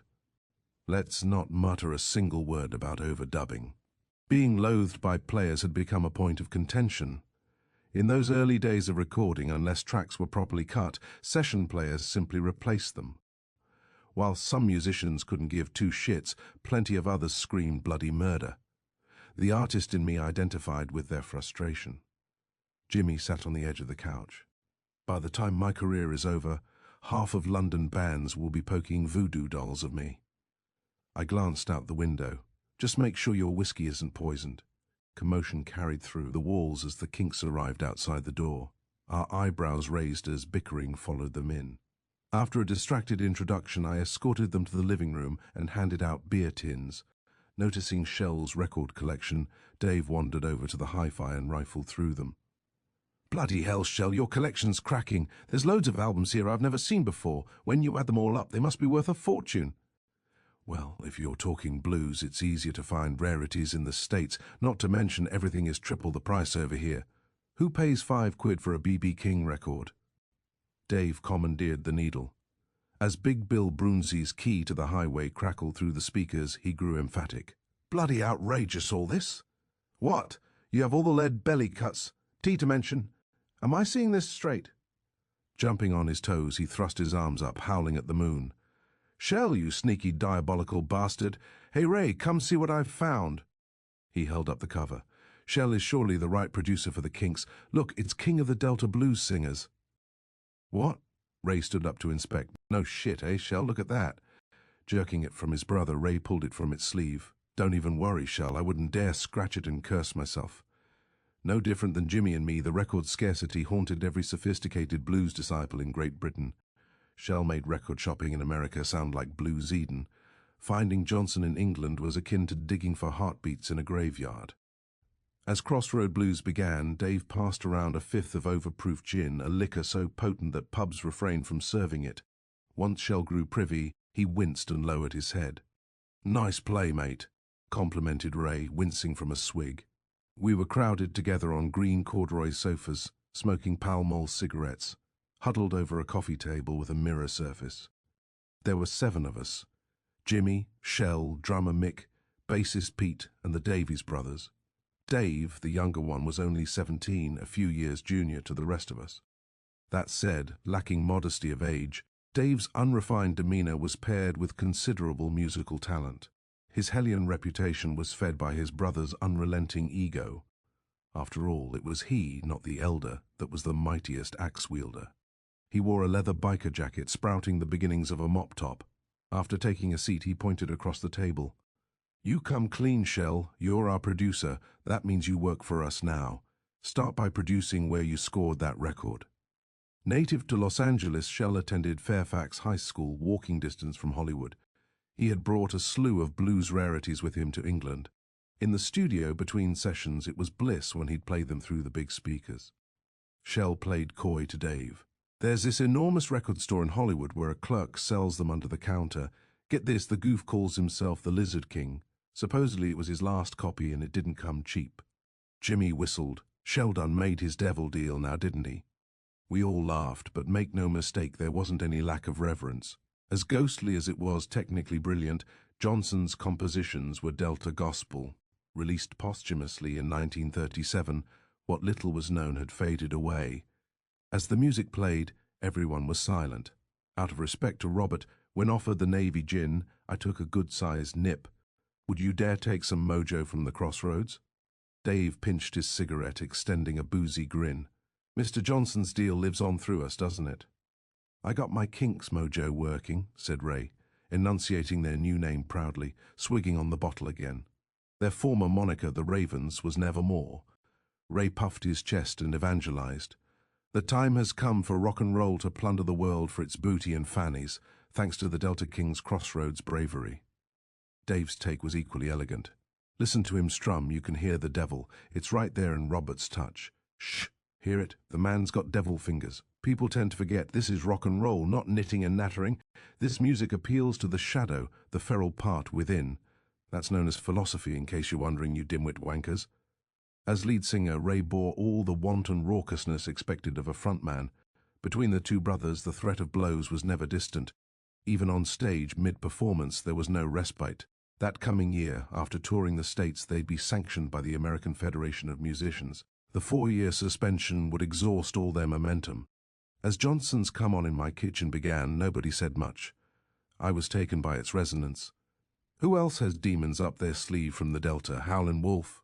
Wolf got some devil in him, Ray said. I caught all those stories about him pummeling unruly audiences. I think I fancy myself as the rock and roll version of him.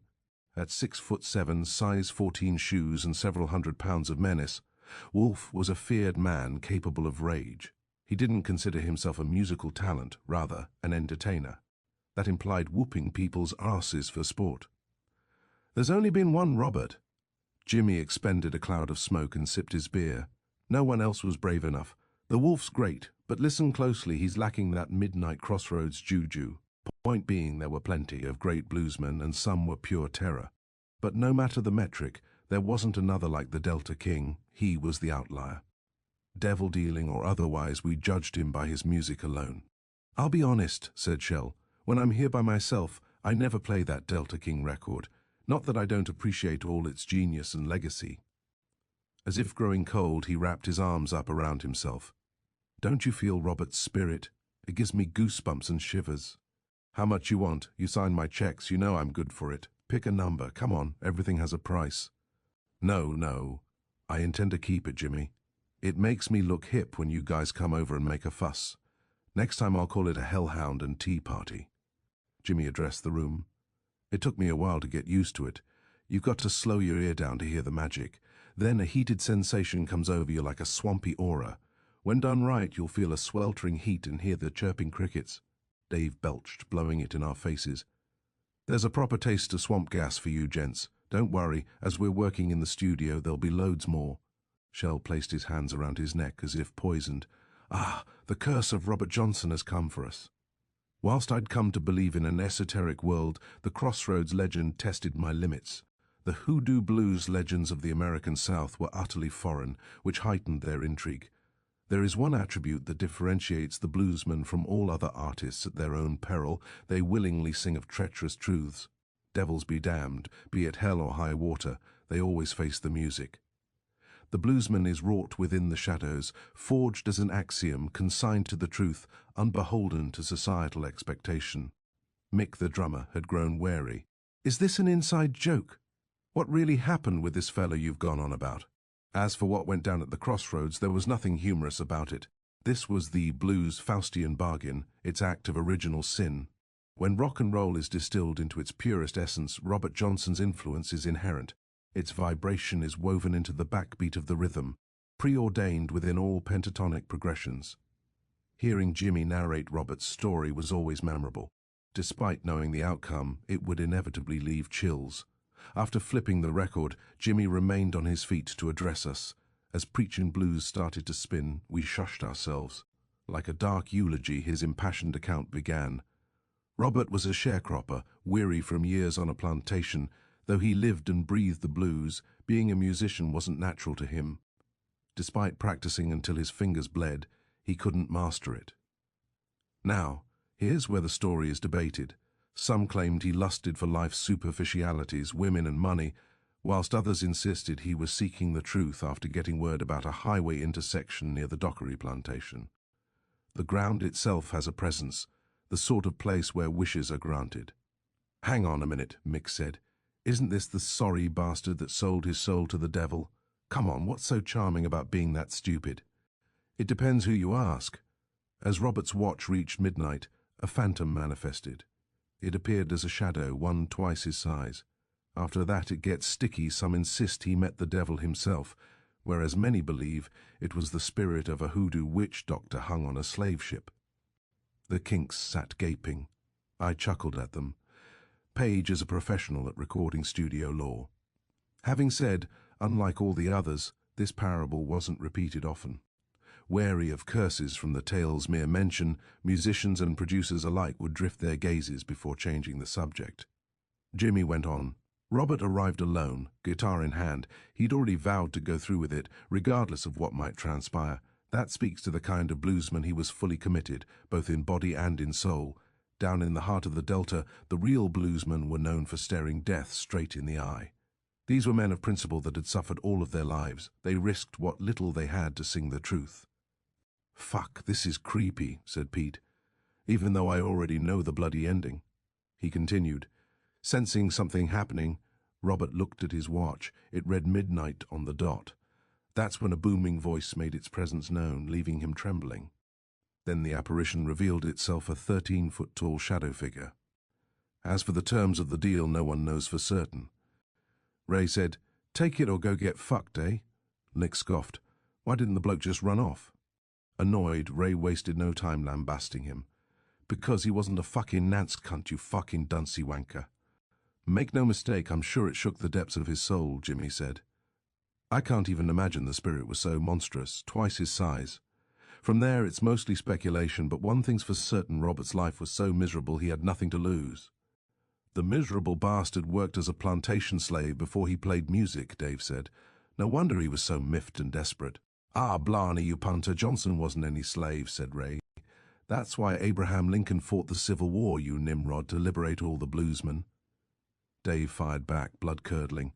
"You're a fucking dunce. I was speaking figuratively, you grotty cunt." Jimmy interrupted, reclaiming the suspense. "By all accounts, that night the deal went down. Say what you will, but no one debates the outcome." Mick leaned forward on his seat. "What were the terms said to be? 12 bars of blues for hellfire and brimstone? The whole thing sounds whacked. Would you pull the trigger?" Ray tried to intimidate Dave, fingering a pistol at his head. "Sure takes giant stones." "That begs the question, who will be the first rock and roller to go through with it?" "Bah!" Dave said, battering him in the arm. "You can fuck right off with that nonsense. I'd rather sell your soul for a few shillings than spare my own."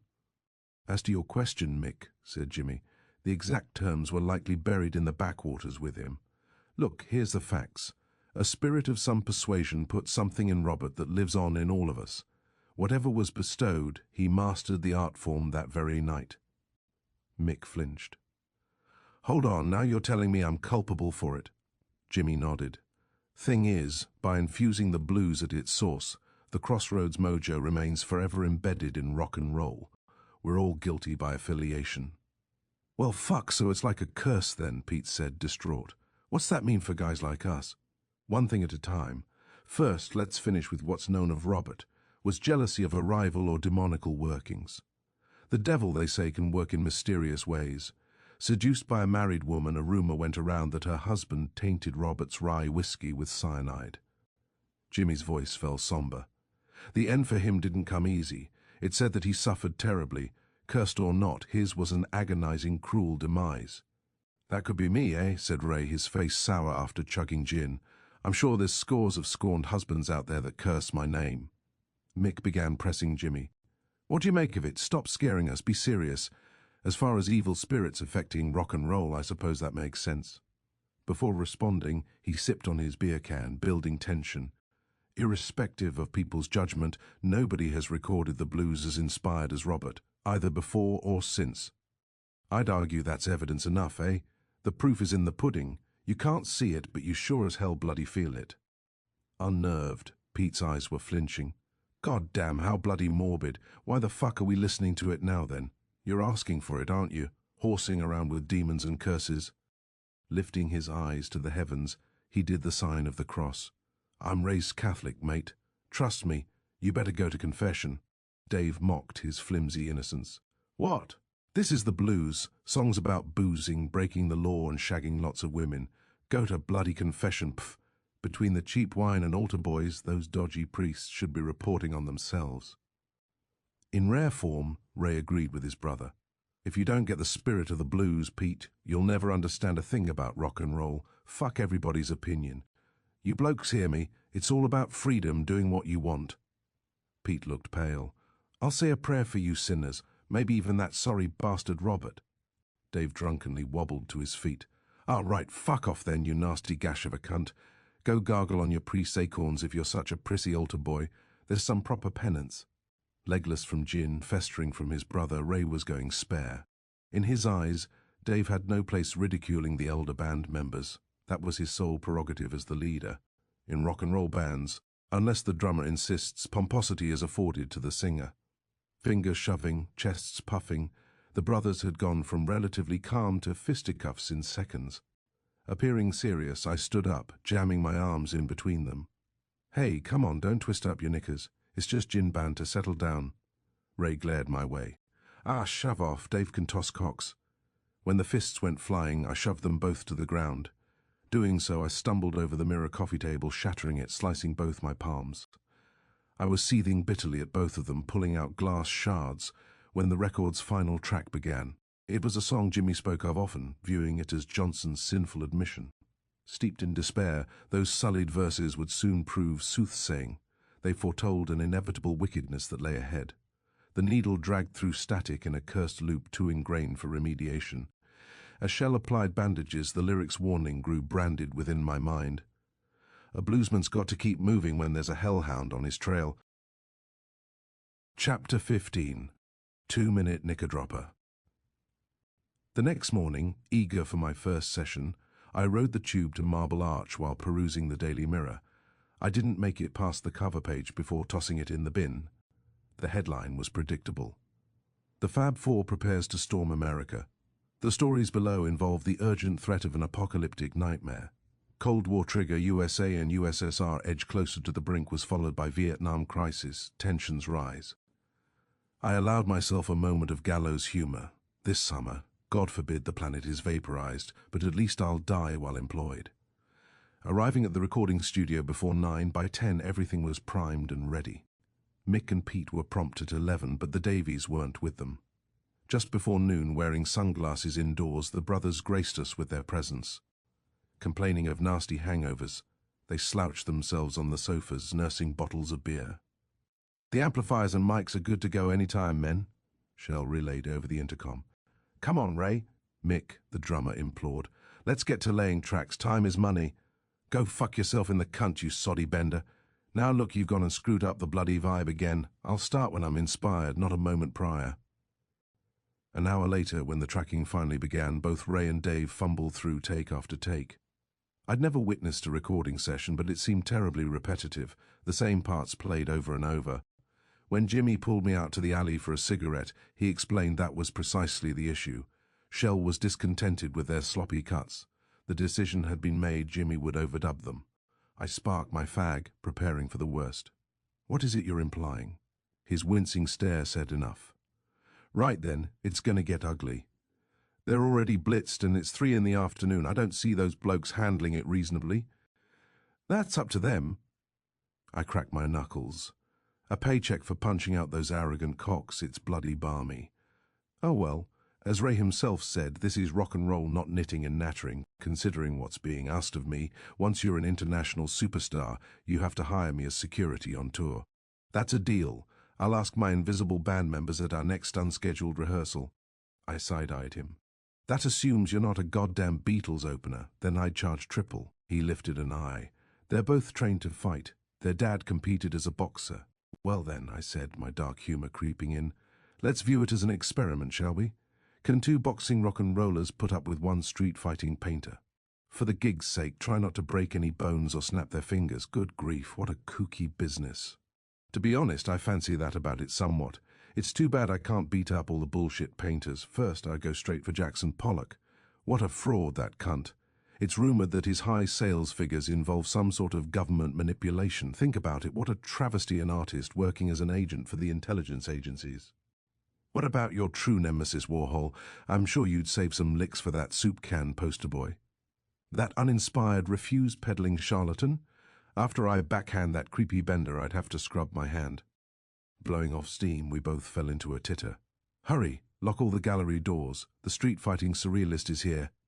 Jimmy took a breath and reached for the door. I suppose I'm ready to rumble. Stepping inside, I sized them up down the corridor. Just stay out of the way, I whispered. I don't see it lasting more than a minute. A half-hour later, after Ray caught wind of Shell's remediation plan, he puffed up, pacing back and forth before boiling over.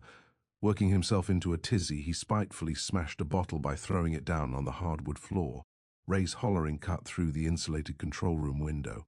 I said, this is my fucking song, Shell. I've had it with you sneaky producers. First the tempo, then the lyrics, and now you're going to replace my guitar licks. What the fuck is this, huh? Shell. You better speak up, mate. I'm soon to lose it. You bloody think I'm kidding? He pounded multiple times on the control room viewing window with a fist. Are you bloody hearing me in there? It's my fucking band and I'm in charge around here. Shaken by his rising aggression, Shell politely gestured for Ray to simmer down. Out of the blue, Dave leaped into the fray, spitefully tossing a beer bottle to the ground. The sound was breaking glass jarring, triggering a teapot flashback. Thinking himself clever, Willie, their drunken mate, smashed his bottle in support, except his wasn't empty. Beer splashed across the grills of both Vox amplifiers. I confronted them. What the fuck do you clowns think you're doing? Yeah, Dave said, pushing out his chest. Fuck off and clean up the mess. We don't take orders from studio hands. Go gargle on your boyfriend Jimmy's bollocks. I lunged in Dave's direction just as Willie and Ray intervened. After sweeping Ray's legs by kicking out a shin, I spun around and cracked Willie in the kisser, his body crashing into the drum kit. Then, grabbing Dave by the collar, I lifted him several inches off the ground, pinning him against the wall. Being a bit younger than the rest of us, I made a point to take it easy on him. Okay, Dave begged as his girlfriend began bawling, pulling on my shirt, begging not to hurt him. His eyes were all white, pleading, All right, you got us, Barry, no more of this shit, okay? Just bloody cool off. I tossed Dave aside and cocked my fist as Ray got up. Remember, I'm being paid for this, I said, lifting my sleeves. I heard you two fancy yourselves as pugilists. Well, I'm your fucking sport then. Nobody's whipped me yet.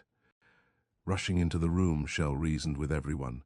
We're here to make music and earn easy money, gentlemen. Thanks, Barry, for keeping order. And as for you rowdy rockers, why don't we capture your rebellion on tape? Finding Willie lying on the ground, dabbing his bloodied mouth, Shell patted him on the back and offered a handkerchief. I unclenched my fists. I tried keeping things professional, Shell, but these guys don't listen. I made sure not to bust the singer in the chops. Yes, he said, exuding positivity. That restraint deserves some recognition. He opened his wallet. Here's 10 quid. Tonight your drinks are on Pi Records. Now chin up, Davies Brothers, as your producer. I thought the dust-up was inspiring. Even better, right while it happened, I had an epiphany. You guys were spot on all along. This new single needs some piss and vinegar. Let's pin the amp levels to 10 and rip-roar through it like a barn burner. The title track's riff, You Really Got Me, had come to Ray just weeks prior while tinkering on his mum's piano. At first the song was intended to be played slow and sexy, reminiscent of Louie by the Kingsmen. With Shell extending an olive branch, both brothers seemed copacetic, if not outright eager for amends. Plan in hand, once nailing the faster tempo, Dave made an unorthodox suggestion. Taking a razor blade, he took the small amp he'd brought along and slashed the speaker. This was prior to the big Marshall stacks and the early forms of fuzz known as tone benders. Shell used what he could from the group, and Jimmy punched in to cover the imperfections. Right away, listening to the mix, I knew that You Really Got Me was indisputably innovative. Infused with attitude, it soon became the anthem of generational rebellion. I'm in love with the raw energy, Jimmy said. In validation, Dave's teenage girlfriend expressed that the faster version made her want to drop her knickers. Hearing that, a wide grin spread across Dave's face. Stuff it, you crotchety geezers. You heard what the bird said. This one's a real knicker-dropper. Leaving Pi late that evening, I was aching for a drink with that £10 note in my pocket. After locking the doors, we joined Shell at a nearby pub, the Fitzroy Tavern. He was ecstatic, paying for everything, insisting that I save the cash for a rainy day. You Really Got Me is a bona fide hit, he celebrated, raising his Guinness. It has an edge, a panache. Cheers, boys. Here's to the Kinks charting #1, and God help us all. Who wouldn't trust your prediction, Shell, I said. You have the golden ear from Hollywood. Well, thanks for roughing out the wrinkles, Deputy Colby. I feel for Willie. He caught the brunt of it, so I made a point to apologize afterward. No broken nose and his teeth are intact. I don't fancy fighting unless someone truly has it coming. When launching a session, establishing a standard is critical, Jimmy said.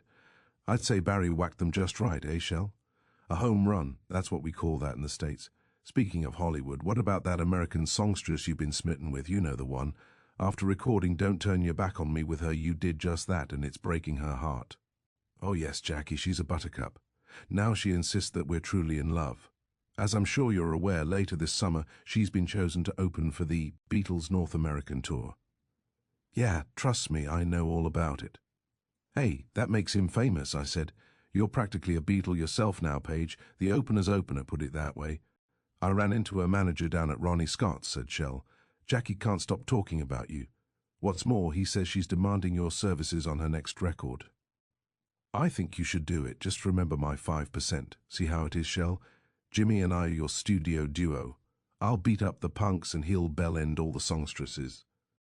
Nibbling on a pretzel, Shell presented a familiar question. Say, why doesn't our talented friend make his own band? If I didn't know better, I'd think he was wary of recording studios. The thing is, he's employed at one. What he needs is continuous berating, I said. For a man who worships Robert Johnson, you'd assume that his stones would be bigger. Shell set down his empty pint. Every few days I remind him that the best guitarist in England needs to cut his own record. Here we go again. Standing at the bar, Shell squeezed us both on the shoulders. Enjoy what remains of the night, fellas. I must be getting old. All that drama really tuckered me out. Indeed, at age 26, Shell was practically ancient. I get it, boss, I said. Just know I've got my own demons to deal with. Shell laughed, leaning in. You sure did purge them today. See you cowpokes at the OK Corral tomorrow for another shootout. Once he'd gone, I said, That bloke's solid, eh? Sure treats us with class. I'll be seeing a lot more of him. I won't be enrolling this fall. Music deserves my full attention. At least that's what my best mate is always insisting. Holy shit, did I really manage to change your mind? Or was it Ithel's channeled ball-busting? He set his pint down. I've never quite shaken that from my head. Nor what she said about Crowley teaching her so-called spirituality. Uninterested, I changed the subject. She asked me how well I suffer. What in God's name did she mean? That was such a kooky thing to say. Leaning over, he clinked my empty pint. I hope yours is a very mild crucifixion, red-headed Barrington. I scoffed, calling to the barman, and a couple of shots of Jameson, if you would, sir. I took note of the old establishment as he served them. This joint brings Cedric to mind. Jimmy held his whiskey to mine. Speaking of, what's next for us? What you mean? At work tomorrow? Don't play naive, lad. What's the next port of call to reach the inspiration of our dreams? Painting or rock and roll, it doesn't matter. The muse is all the same. I thought we'd already found it. At least, good enough. You're joking now, aren't you? Fat chance, Barry. We're just getting started. Whatever it takes, we said we're going to chase it down, remember? Nah, I must have forgotten. Visiting Ithel gave plenty of validation, didn't it? Not to mention you had a close encounter with Cedric. Obviously there's something to it. Come on now, what other evidence is needed? As for confirmation about the concept's prowess, our time with Ithel had greatly exceeded that. That being said, in retrospect, my mind continuously obsessed upon the teapot's destruction.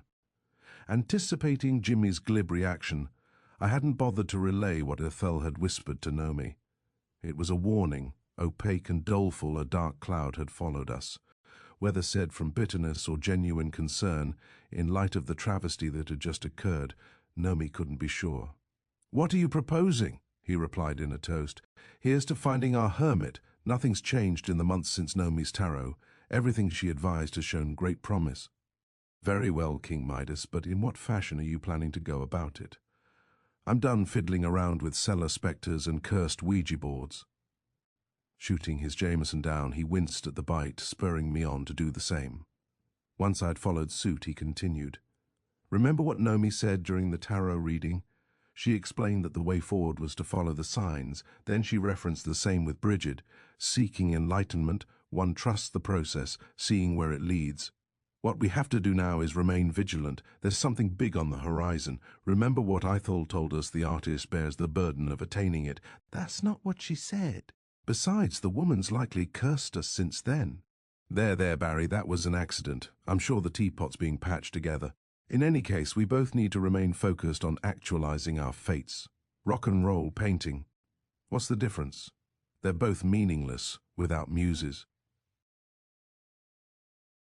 Chapter 16. Madame Hester. Summer 1964 became a blur. My canvases greatly progressed, and the pie gig had gone along tidy. Though, despite maintaining astute awareness, all wayward signs to the hermit still remained elusive. I worked 6 days a week at the studio and painted at night alongside Nomi. Left with stagnation, my esoteric interest began to atrophy, although I was ever cognizant of my skittishness in the wake of the teapot's immeasurable omen. On a hot afternoon at Pie Studios, Jimmy pulled me out to the back alley for a cigarette. "No hermits riding the tube and not a single one at the pubs. It seems we're searching in the wrong places." "No shit, I guess you fucked us with the teapot curse." "Something's been off," banter aside. "Maybe it's the spirit that spooked you last spring in my loo." He snapped shut his Black Beauty guitar case. "Brings to mind an idea, Colby. Months ago, Nomi spoke of it indirectly. She told us there are better tarot practitioners far more accomplished than her, remember? So why not seek out Madame Hester, Brixton's famous gypsy? I hear she's unrivaled in all of England." In 1960s London, psychics and fortune-tellers occupied every corner. Not that I'd frequented them, but she in particular was highly revered. Madame Hester was known for transcendental visions, renowned for a rumoured means of reading the portents. Scryers often employ a crystal ball when piercing the veil, but clients claimed Hester's divination took place inside her skull. The madame's charmed prosthetic eye was carved of meteoric quartz. Done with my cigarette, I leaned against the brick wall. "And unrivaled as far as costs go, I'd imagine. They say she's a millionaire after advising wealthy clients." "Let's say we find the quid. The referral, that's the real issue. Without one, you can't get the appointment." Despite the demand for her services, the slander she received was often analogous to her undertakings. Those most critical decried her actions as blaspheming the church, while others accused her of being a charlatan. Although her prestigious clientele was a matter of public record, as reported in the newspapers. Along with advising Parliament on both political and personal affairs, she'd solved a large number of cold cases for Scotland Yard. "Impossible or otherwise," Jimmy said, shrugging. "I've heard some damn curious things about her." It was implausible, not impossible, perhaps better said. Cash reserves aside, neither of us had that sort of societal connection. "I'll ring the country club page. Shouldn't be any trouble. My toff mates will pull some strings." "What if I ask Mick Jagger, that dodgy punter? He's the top celebrity you've got." "Sorry to say that's not going to cut it. Better call Ringo." Serendipity or otherwise, a number of days later, the hand of fate revealed itself resoundingly. While at the greengrocer, I ran into Miss Shandell. "Barrington, how goes the summer? My, look at these splendid apples. They must be in season." Conversation went as expected until she spoke of visiting her medium. Bringing to mind Nana Elna, I inquired who it was, never fathoming the answer: Madame Hester. Her family were long-time clients, holding her in the utmost regard ever since she aided in the return of Enzo, their prized cane corso. Additionally, the Madame consulted on a series of profitable real estate transactions, and was credited for healing her aging mom's gout. I was speechless as Miss Chandel spoke of the dicey incident involving her sister's ex-husband. After pilfering the family accounts, he had eloped to San Sebastian with a male lover. Emotionally fraught and painfully humiliated, her sister went to Hester hell-bent on retribution. Go figure, by fortnight, he was beset with severe chronic tertiary syphilis. Then, shortly after, the botched procedure forced the tip's removal. My knees pinched together. You're saying they chopped his diseased bell end off? Let's just say my brother-in-law Dorian wasn't cursed once, but twice. Smirking, she reached for a carrot. After pausing to admire it, she placed it in the basket. Regrettably, the funds were never recovered, but with Hester's guidance, my sister has been happily remarried. Talk about a scorned woman. Get this, Jimmy mentioned consulting Madam Hester just yesterday. The timing's tough to ignore, I suppose. Bending my brow, I made light of her tale. Honestly, what you just said puts me off. She laughed, insisting that I refer to her as Sophia when away from campus. While apologizing for the peccant imagery, she said that a reading could be readily arranged. In the past, such requests had always been accommodated. You're my most inspired pupil. Just know I'd be happy to, and my intuition tells me you definitely should. Sincerely, I mean it. Consider taking advantage sometime, won't you? Even with a referral, for most, the new client list becomes purgatorial. After balking internally at the cost, I thanked her. I'll mention it to Jimmy. He might have the quid for that. By the way, he won't be enrolling next term to focus on music. Good for him. Give James my very best. He's richly talented, but, unlike yourself, some direction might behoove him. As for Hester's reputation, she transcends it every time, without exception. Not to pester, but you catch my assurances, don't you? She jotted down her number. Here, don't hesitate to ring me. I can assure this your muse will bring gratitude for doing so. Thank you, Sophia. You've always been so generous. I'll see you in a few weeks, and will look forward to sharing my portfolio's progress. She paused, taking my measure. I've learnt to look for the muse, but free of constraint and expectation. As artists, that's what defines us, defying all those preconceived notions. Our perception relies upon rigorous introspection. In doing so, the artist conveys the disconnect of the enlightened soul in a destitute world. That makes more sense than I care to admit. She placed her hand on my forearm. I know it's ridiculously expensive, but Hester's advice pays dividends. God burdened you with an impossibly rare talent. Do consider this. I'll loan you the funds if need be. When I remarked about the synchronicity to Jimmy, my concern for Todger hexes held modest consequence. Are you kidding? Stone the crows, our signs finally arrived. Never mind that infected Bender poppycock, but be assured Hester will lead us straight to the hermit. A sign? This must be it. And come on, she's no bloody witch. At least not in that instance. Justice for a thief, no. That certainly counts as a good intention. I'd nicked my share of chocolate bars as a lad, even a bunch of records in my mid-teenage years. Though, in general, I concurred. Well, her time is incredibly expensive, £69 for a 2-hour session. That was 3 weeks' pay for me, whereas Jimmy earned it in 1. You're not kidding, eh? A pretty penny. How about us going Dutch, 35 each? I stared back. What are you going on about? Splitting the cost of your dark fantasy while risking my own castration? I'll pass, thanks. You're a fine negotiator. I'm glad we're near an agreement. Consider this, you only covered 20 quid. I've got the perfect proposal. You foot the entire tab. That way I pay zilch, get it? Call my contribution your commission for getting Miss Chandel's referral. By the way, one of us still has tuition. A hard bargain. Okay, fine, I accept. Let's just make it happen. He clapped his hands together, rubbing them. I can feel it. We're on the cusp of something. Despite the telling timing, I felt reluctant. In the back of my mind, not that I was enslaved to it, but I was concerned about Nomi's reaction, although it was true that Madame Hester would offer professional insight. And Jimmy was right, it was something she first suggested. That evening, telephoning Miss Chandel, her voice grew elated at our interest. While we were conversing, like some deranged placebo effect, my crotch was tingling. After Cornwall's teapot catastrophe, the fear of reprisals had me nutty. Naomi's tarot was tenuous, but the Madame's would certainly contain true mediumship. The information gleaned would greatly exceed that of tarot. Presumably, Madame Hester would directly channel spirits. A few weeks later, on a late August evening, the time arrived. Approaching her address on Herne Hill, we were both wearing our Sunday best. Pulses racing, full of collywobbles, we had no idea what to expect. Hester's mixed reputation ranged from easygoing to cursing when angered with an impassive glance. In her bay window, a red neon eye of Horus gazed back. Even Jimmy seemed timid. What if the future promises to be miserable? I suppose you never know. Imagine if she says we're going to die in some freak accident. Point being, mate, can we stop it? I'll say this. Here's your freak accident. Infuriate Hester like you did Ithel, she'll properly hex your prick. And in the name of God, don't break anything and stay clear of my feet. Upon reaching her door, his mien sobered. My very best behavior, mate, I promise. I don't think we'll ever be welcome at Ithel's again, unfortunately.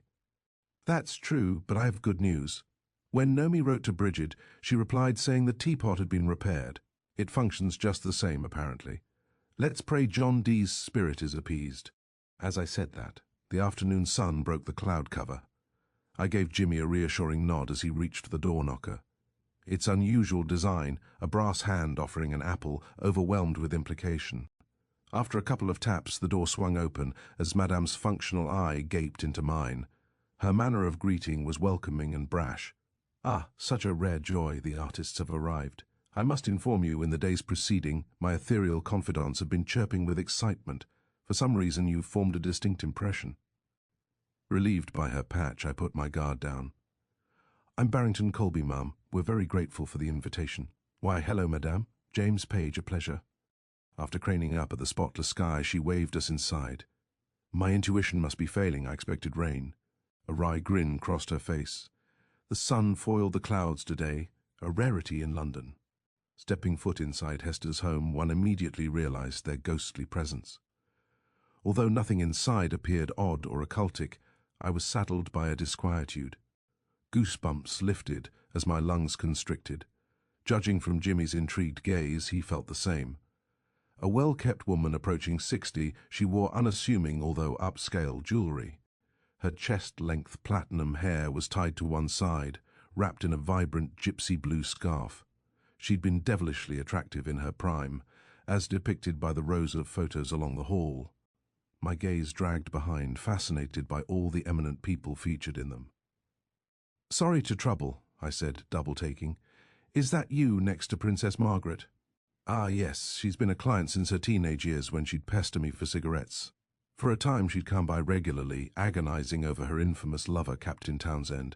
You're not of the generation to recall, but their liaison caused quite the fervour. I didn't bother inquiring about other recognizable people. The pictures of them were unending. In one, Hester was smoking next to a demure Audrey Hepburn, and in another, she was dearly embracing the enigmatic Richard Burton. But what gave the greatest impression was her picture with Judy Garland. In it, both were admiring her ruby slippers. Led into a study, we seated ourselves opposite her desk on a lavish leather sofa. She smiled at us, striking a match, lighting her cigarette with panache. "I understand you're studying the arts with Sophia. On the phone, I mentioned to her how rare having artist clients has become.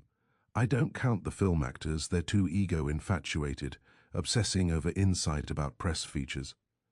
What can be said about Hollywood? It's not like the other arts, is it? Beyond cinema, it has its own agenda. Much like her persona, her home's accommodations defied the stereotypes. It resembled Sigmund Freud's sanctum plush furniture on antique Persian rugs. A brick fireplace had been tended. The loudly snapping kindling demanded our attention. Isn't it strange, a fire on a balmy August evening? My shoulders stiffened as I was seated. The atmosphere bore a concentrated heaviness. Pouring glasses of San Pellegrino, she passed two across the table. "Please settle in, be comfortable. I know we've only met, but I don't engage in formalities." Jimmy crossed his legs, inspecting a petite framed watercolor on the wall. "Thank you, madame. You must hear this routinely, but we couldn't be more anxious. May I ask who painted this work? I find it evocative." "The Flower of Zillah Warren" by Georgiana Houghton. The artist was so devastated by her young sister's death that she gave up painting for years, believing her own creative spark had died along with her. Upon discovering spiritualism, she resumed, claiming Zillah was guiding her hand from the other side. Hester struck a match. "Care for one? During readings, I smoke relentlessly. Please do excuse me. I found it soothes the spirits. Extending a pack of Benson and Hedges to us, we both took one. But for the crackling hearth, the home was still. You two are just as expected. How delightful. I looked back in earnest. Did Miss Shandell neglect to warn you? She's our favorite instructor, but we've given her plenty of headaches. She exhaled a plume. Come now, this meeting has been destined. Sophia said so much herself, referencing your resolve for artistic truth, and please, if you prefer, my clients call me Hetty. On the study's walls, generations of her family's history were on display. Along with recent pictures of grandchildren, there were others from the World War and Victorian eras. Reaching from the distant past, there were sketched and painted portraits paying homage to her traveller's lineage. Thank you, Hetty, I said. Not that we weren't aware of your reputation, but Miss Shandell couldn't say enough. She said that, more than anyone, artists benefit from seeking out spiritual direction. With her lone eye, she winked whimsically. What pressure! Outside of generalities, Sophia didn't mention this meeting's premise. Very well, let's begin there, Jimmy answered in candor. We'd like to learn how the spirit world intersects with artistic mediums, specifically the way in which muses are channeled from the ether. Madame reacted with intrigue. It was illuminating to gain her perspective, as if such methodologies were all but assumed. I must say few have ever asked, or even cared to acknowledge the ether's influence on the creative process.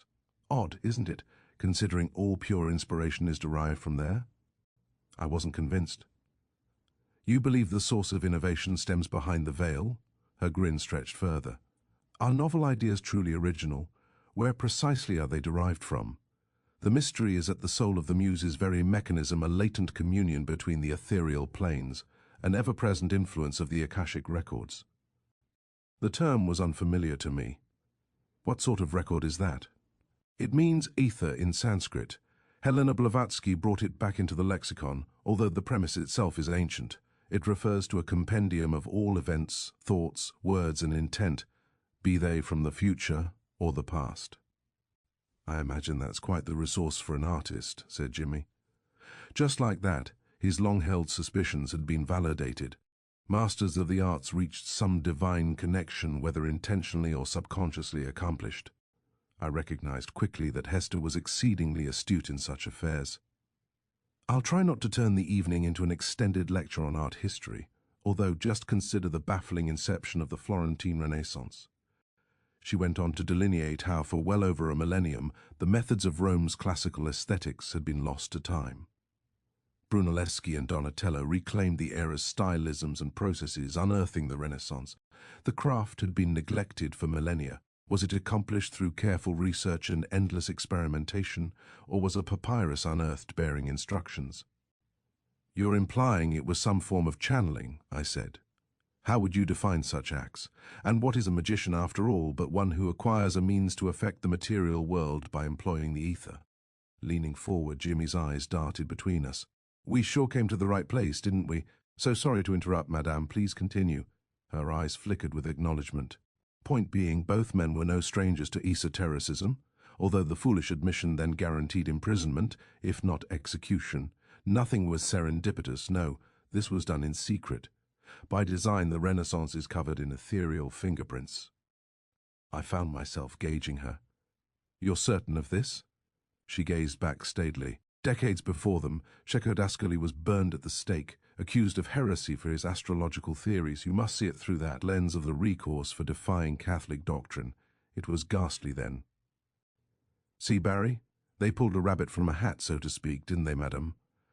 One constructed the world's largest dome at Santa Maria del Fiore, while the other forged the masterpiece David, the first bronze sculpture of its kind since antiquity. I'd say so. After visiting Cornwall, why wouldn't it be plausible? I thought to myself. Greatly affected, I asked, Is that what spirits are employed for, madame? It sounds like they channeled the old ways from those mysterious records you mentioned. Far more than just that. To your point, consider the bronze statue David an embodiment of perfection. In the 6th century since, nothing has surpassed it. With all due respect to Donatello, he was assisted, as were so many others throughout history. It's not simply art, you see. For example, pay close attention to NASA's practices. A rocket launch involves a ritualistic sequence. Through a horizon of clouds, the afternoon's light had disassembled into rich twilight hues of violet. Hester paused, striking a wood match, lighting several candles as darkness enshrouded. Then, steadying the flame, she held it to another cigarette. "So it's all true then." My throat was dry. "The magic of the muse, that isn't merely metaphorical. I had no idea it was so pervasive." Prime example. If either of you have the opportunity, do visit the Sistine Chapel. Standing underneath, looking up, you're experiencing divine inspiration. Of that, I can assure you. The gravity of her illusions was weighty. Illustrious works are achieved through ethereal collaboration. Jimmy was validated and I was stunned, mulling the implications. So the answer to your question about muses being esoteric in nature, yes, absolutely, that's their very essence. She smiled at us intriguingly. The muse serves as a manifestation of the Godhead itself, the eternal moment of creation. Please forgive me for espousing theosophy. Jimmy looked at her, then me. Absolutely incredible, beyond expectation, really. Hester put out her cigarette. Just before conversing on the telephone with Sophia regarding our meeting, I was met with an unmistakable premonition of the hermit archetype within tarot. I must admit it's rare to say after so many decades, but this has never occurred with another client. That gripped my attention. Sorry, a vision that related to us. Indeed, after 50 years of doing this, it's the first time I've encountered such extreme use of its symbolism. Though it's not unusual for sigils to reveal themselves prior to introductions, its salience was unsettling. The archetype was unmistakable, imparted by the hexagram, Virgo, and the yod. I wasn't sure what I heard. "It was worrisome, you're saying?" She looked at me neutrally. "James, mind stoking the fire? Another log may do." Watching him do so, I began to uncontrollably shiver. "You're cold, I apologize, it only becomes worse. James, would you mind adding a second log?" "Thank you, dear, that's why I keep the hearth burning during readings." Reaching into a bureau drawer, Hester presented an extravagant tarot deck. Housed in an antique silver box, it was ornamented in amber and jade inlays. Like Noemi's, the cards were hand-drawn, but instead of archetypal illustrations, they bore indiscernible markings. Sigils, as she referred to them. Well, this is a breath of fresh air from the doldrums of most consultations. There's a dreariness to advising lost souls who refuse to admit they lack purpose. Artists, at least dedicated ones, never suffer from that. Cupping her hands, as if in prayer, she shut her working eye. "Today, let's explore your means of creativity. I promise my very best." Free of instruction, Hester assembled the hermit, along with the page of wands and the king of pentacles inverting the latter. My anticipation heightened from the sound of the cards clicking as she shuffled the remaining deck. Cutting the deck, she placed it before us, her eyes wandering to ours. "Correct, yes? Let's begin where the last tarot ended." "Spot on, Hetty," Jimmy said. "How—" Without warning, Hester reached up, unstrapping her eye patch over her crystal orb. Gasping at its sight, I recoiled. The edges of her eye socket bore profuse, jagged scarring. What pain she must have endured! The crystal replacement was rounded imperfectly, emanating a phosphorescent blue glow. Swirling like a galaxy, tiny points of light glistened within. From its surface I saw the flickering of the fireplace mirrored. Rather than crimson, the flames appeared in a vibrant blue. My gaze fell prey, lingering, following the initial startle. Like a one-way mirror, it evoked a sense of impenetrability, as if unseen ethereal eyes were watching. As Hester blinked with her sighting eye, the oracle stood by watching. The eyelids were eviscerated, and all the surrounding flesh had been savagely removed. My God, what was done to her? "So sorry," Hester said, lighting another cigarette, leaning her arms spread across the table. "I didn't mean to alarm you. The first time in its presence, clients are always uneasy." "That wasn't what I expected," Jimmy said. "It has a certain shocking effect, the way it shines inside. It's an old gypsy relic passed down through millennia. The stone was harvested from a meteorite, that much I know. After my incident, Harry Price, a spiritual investigator, bequeathed it to me from his private collection. Most who've channeled from the orb have willingly removed an eye to do so." She smiled modestly. "I had good fortune in that regard." Her mouth's corner curled obliquely. "As to how it happened, using a fork some time ago, I stabbed myself at dinner. Spirits forced my hand. Demons, some might call them, but I don't play into the dogma." Mortified, I gripped the armrest. My God, she must have stabbed it dozens of times. How fortunate she survived. Jimmy inhaled through his teeth. Good gracious, Hetty, how? Some form of possession? Straightening herself, Hester's tone was matter of fact. I was a witness as it happened, unable to stop myself. I'm not saying this to sow fear. The aether's nature is beholden to dualities, in that light is drawn from darkness. In time I discerned it to be good fortune, nothing of a tragedy. The irony woven into our lives serves to remind us of our lack of comprehension. In the end, I was blessed with profound insight from blindness. The orb's pulsing veins seemed to reach for me. Hester struck a match. As she held it to her cigarette, the flame's reflection upon the crystal began to scintillate. A presence was observing us. Jimmy squeezed the armrest. Hetty? A minute had passed. Occupied by internal susurration, her features were subdued. Her seeing eye alternated between us as the shoestone in her skull pulsated in a blue hue. Stretching in her wingback chair, she continued, I've come to view the incursion as a form of divine intervention. Despite all the agony, I was humbled with an invaluable lesson. Suffering carries great purpose, far more than I ever previously understood. You see, it's pain that forges the soul's road to redemption. If not in this life, then in the next.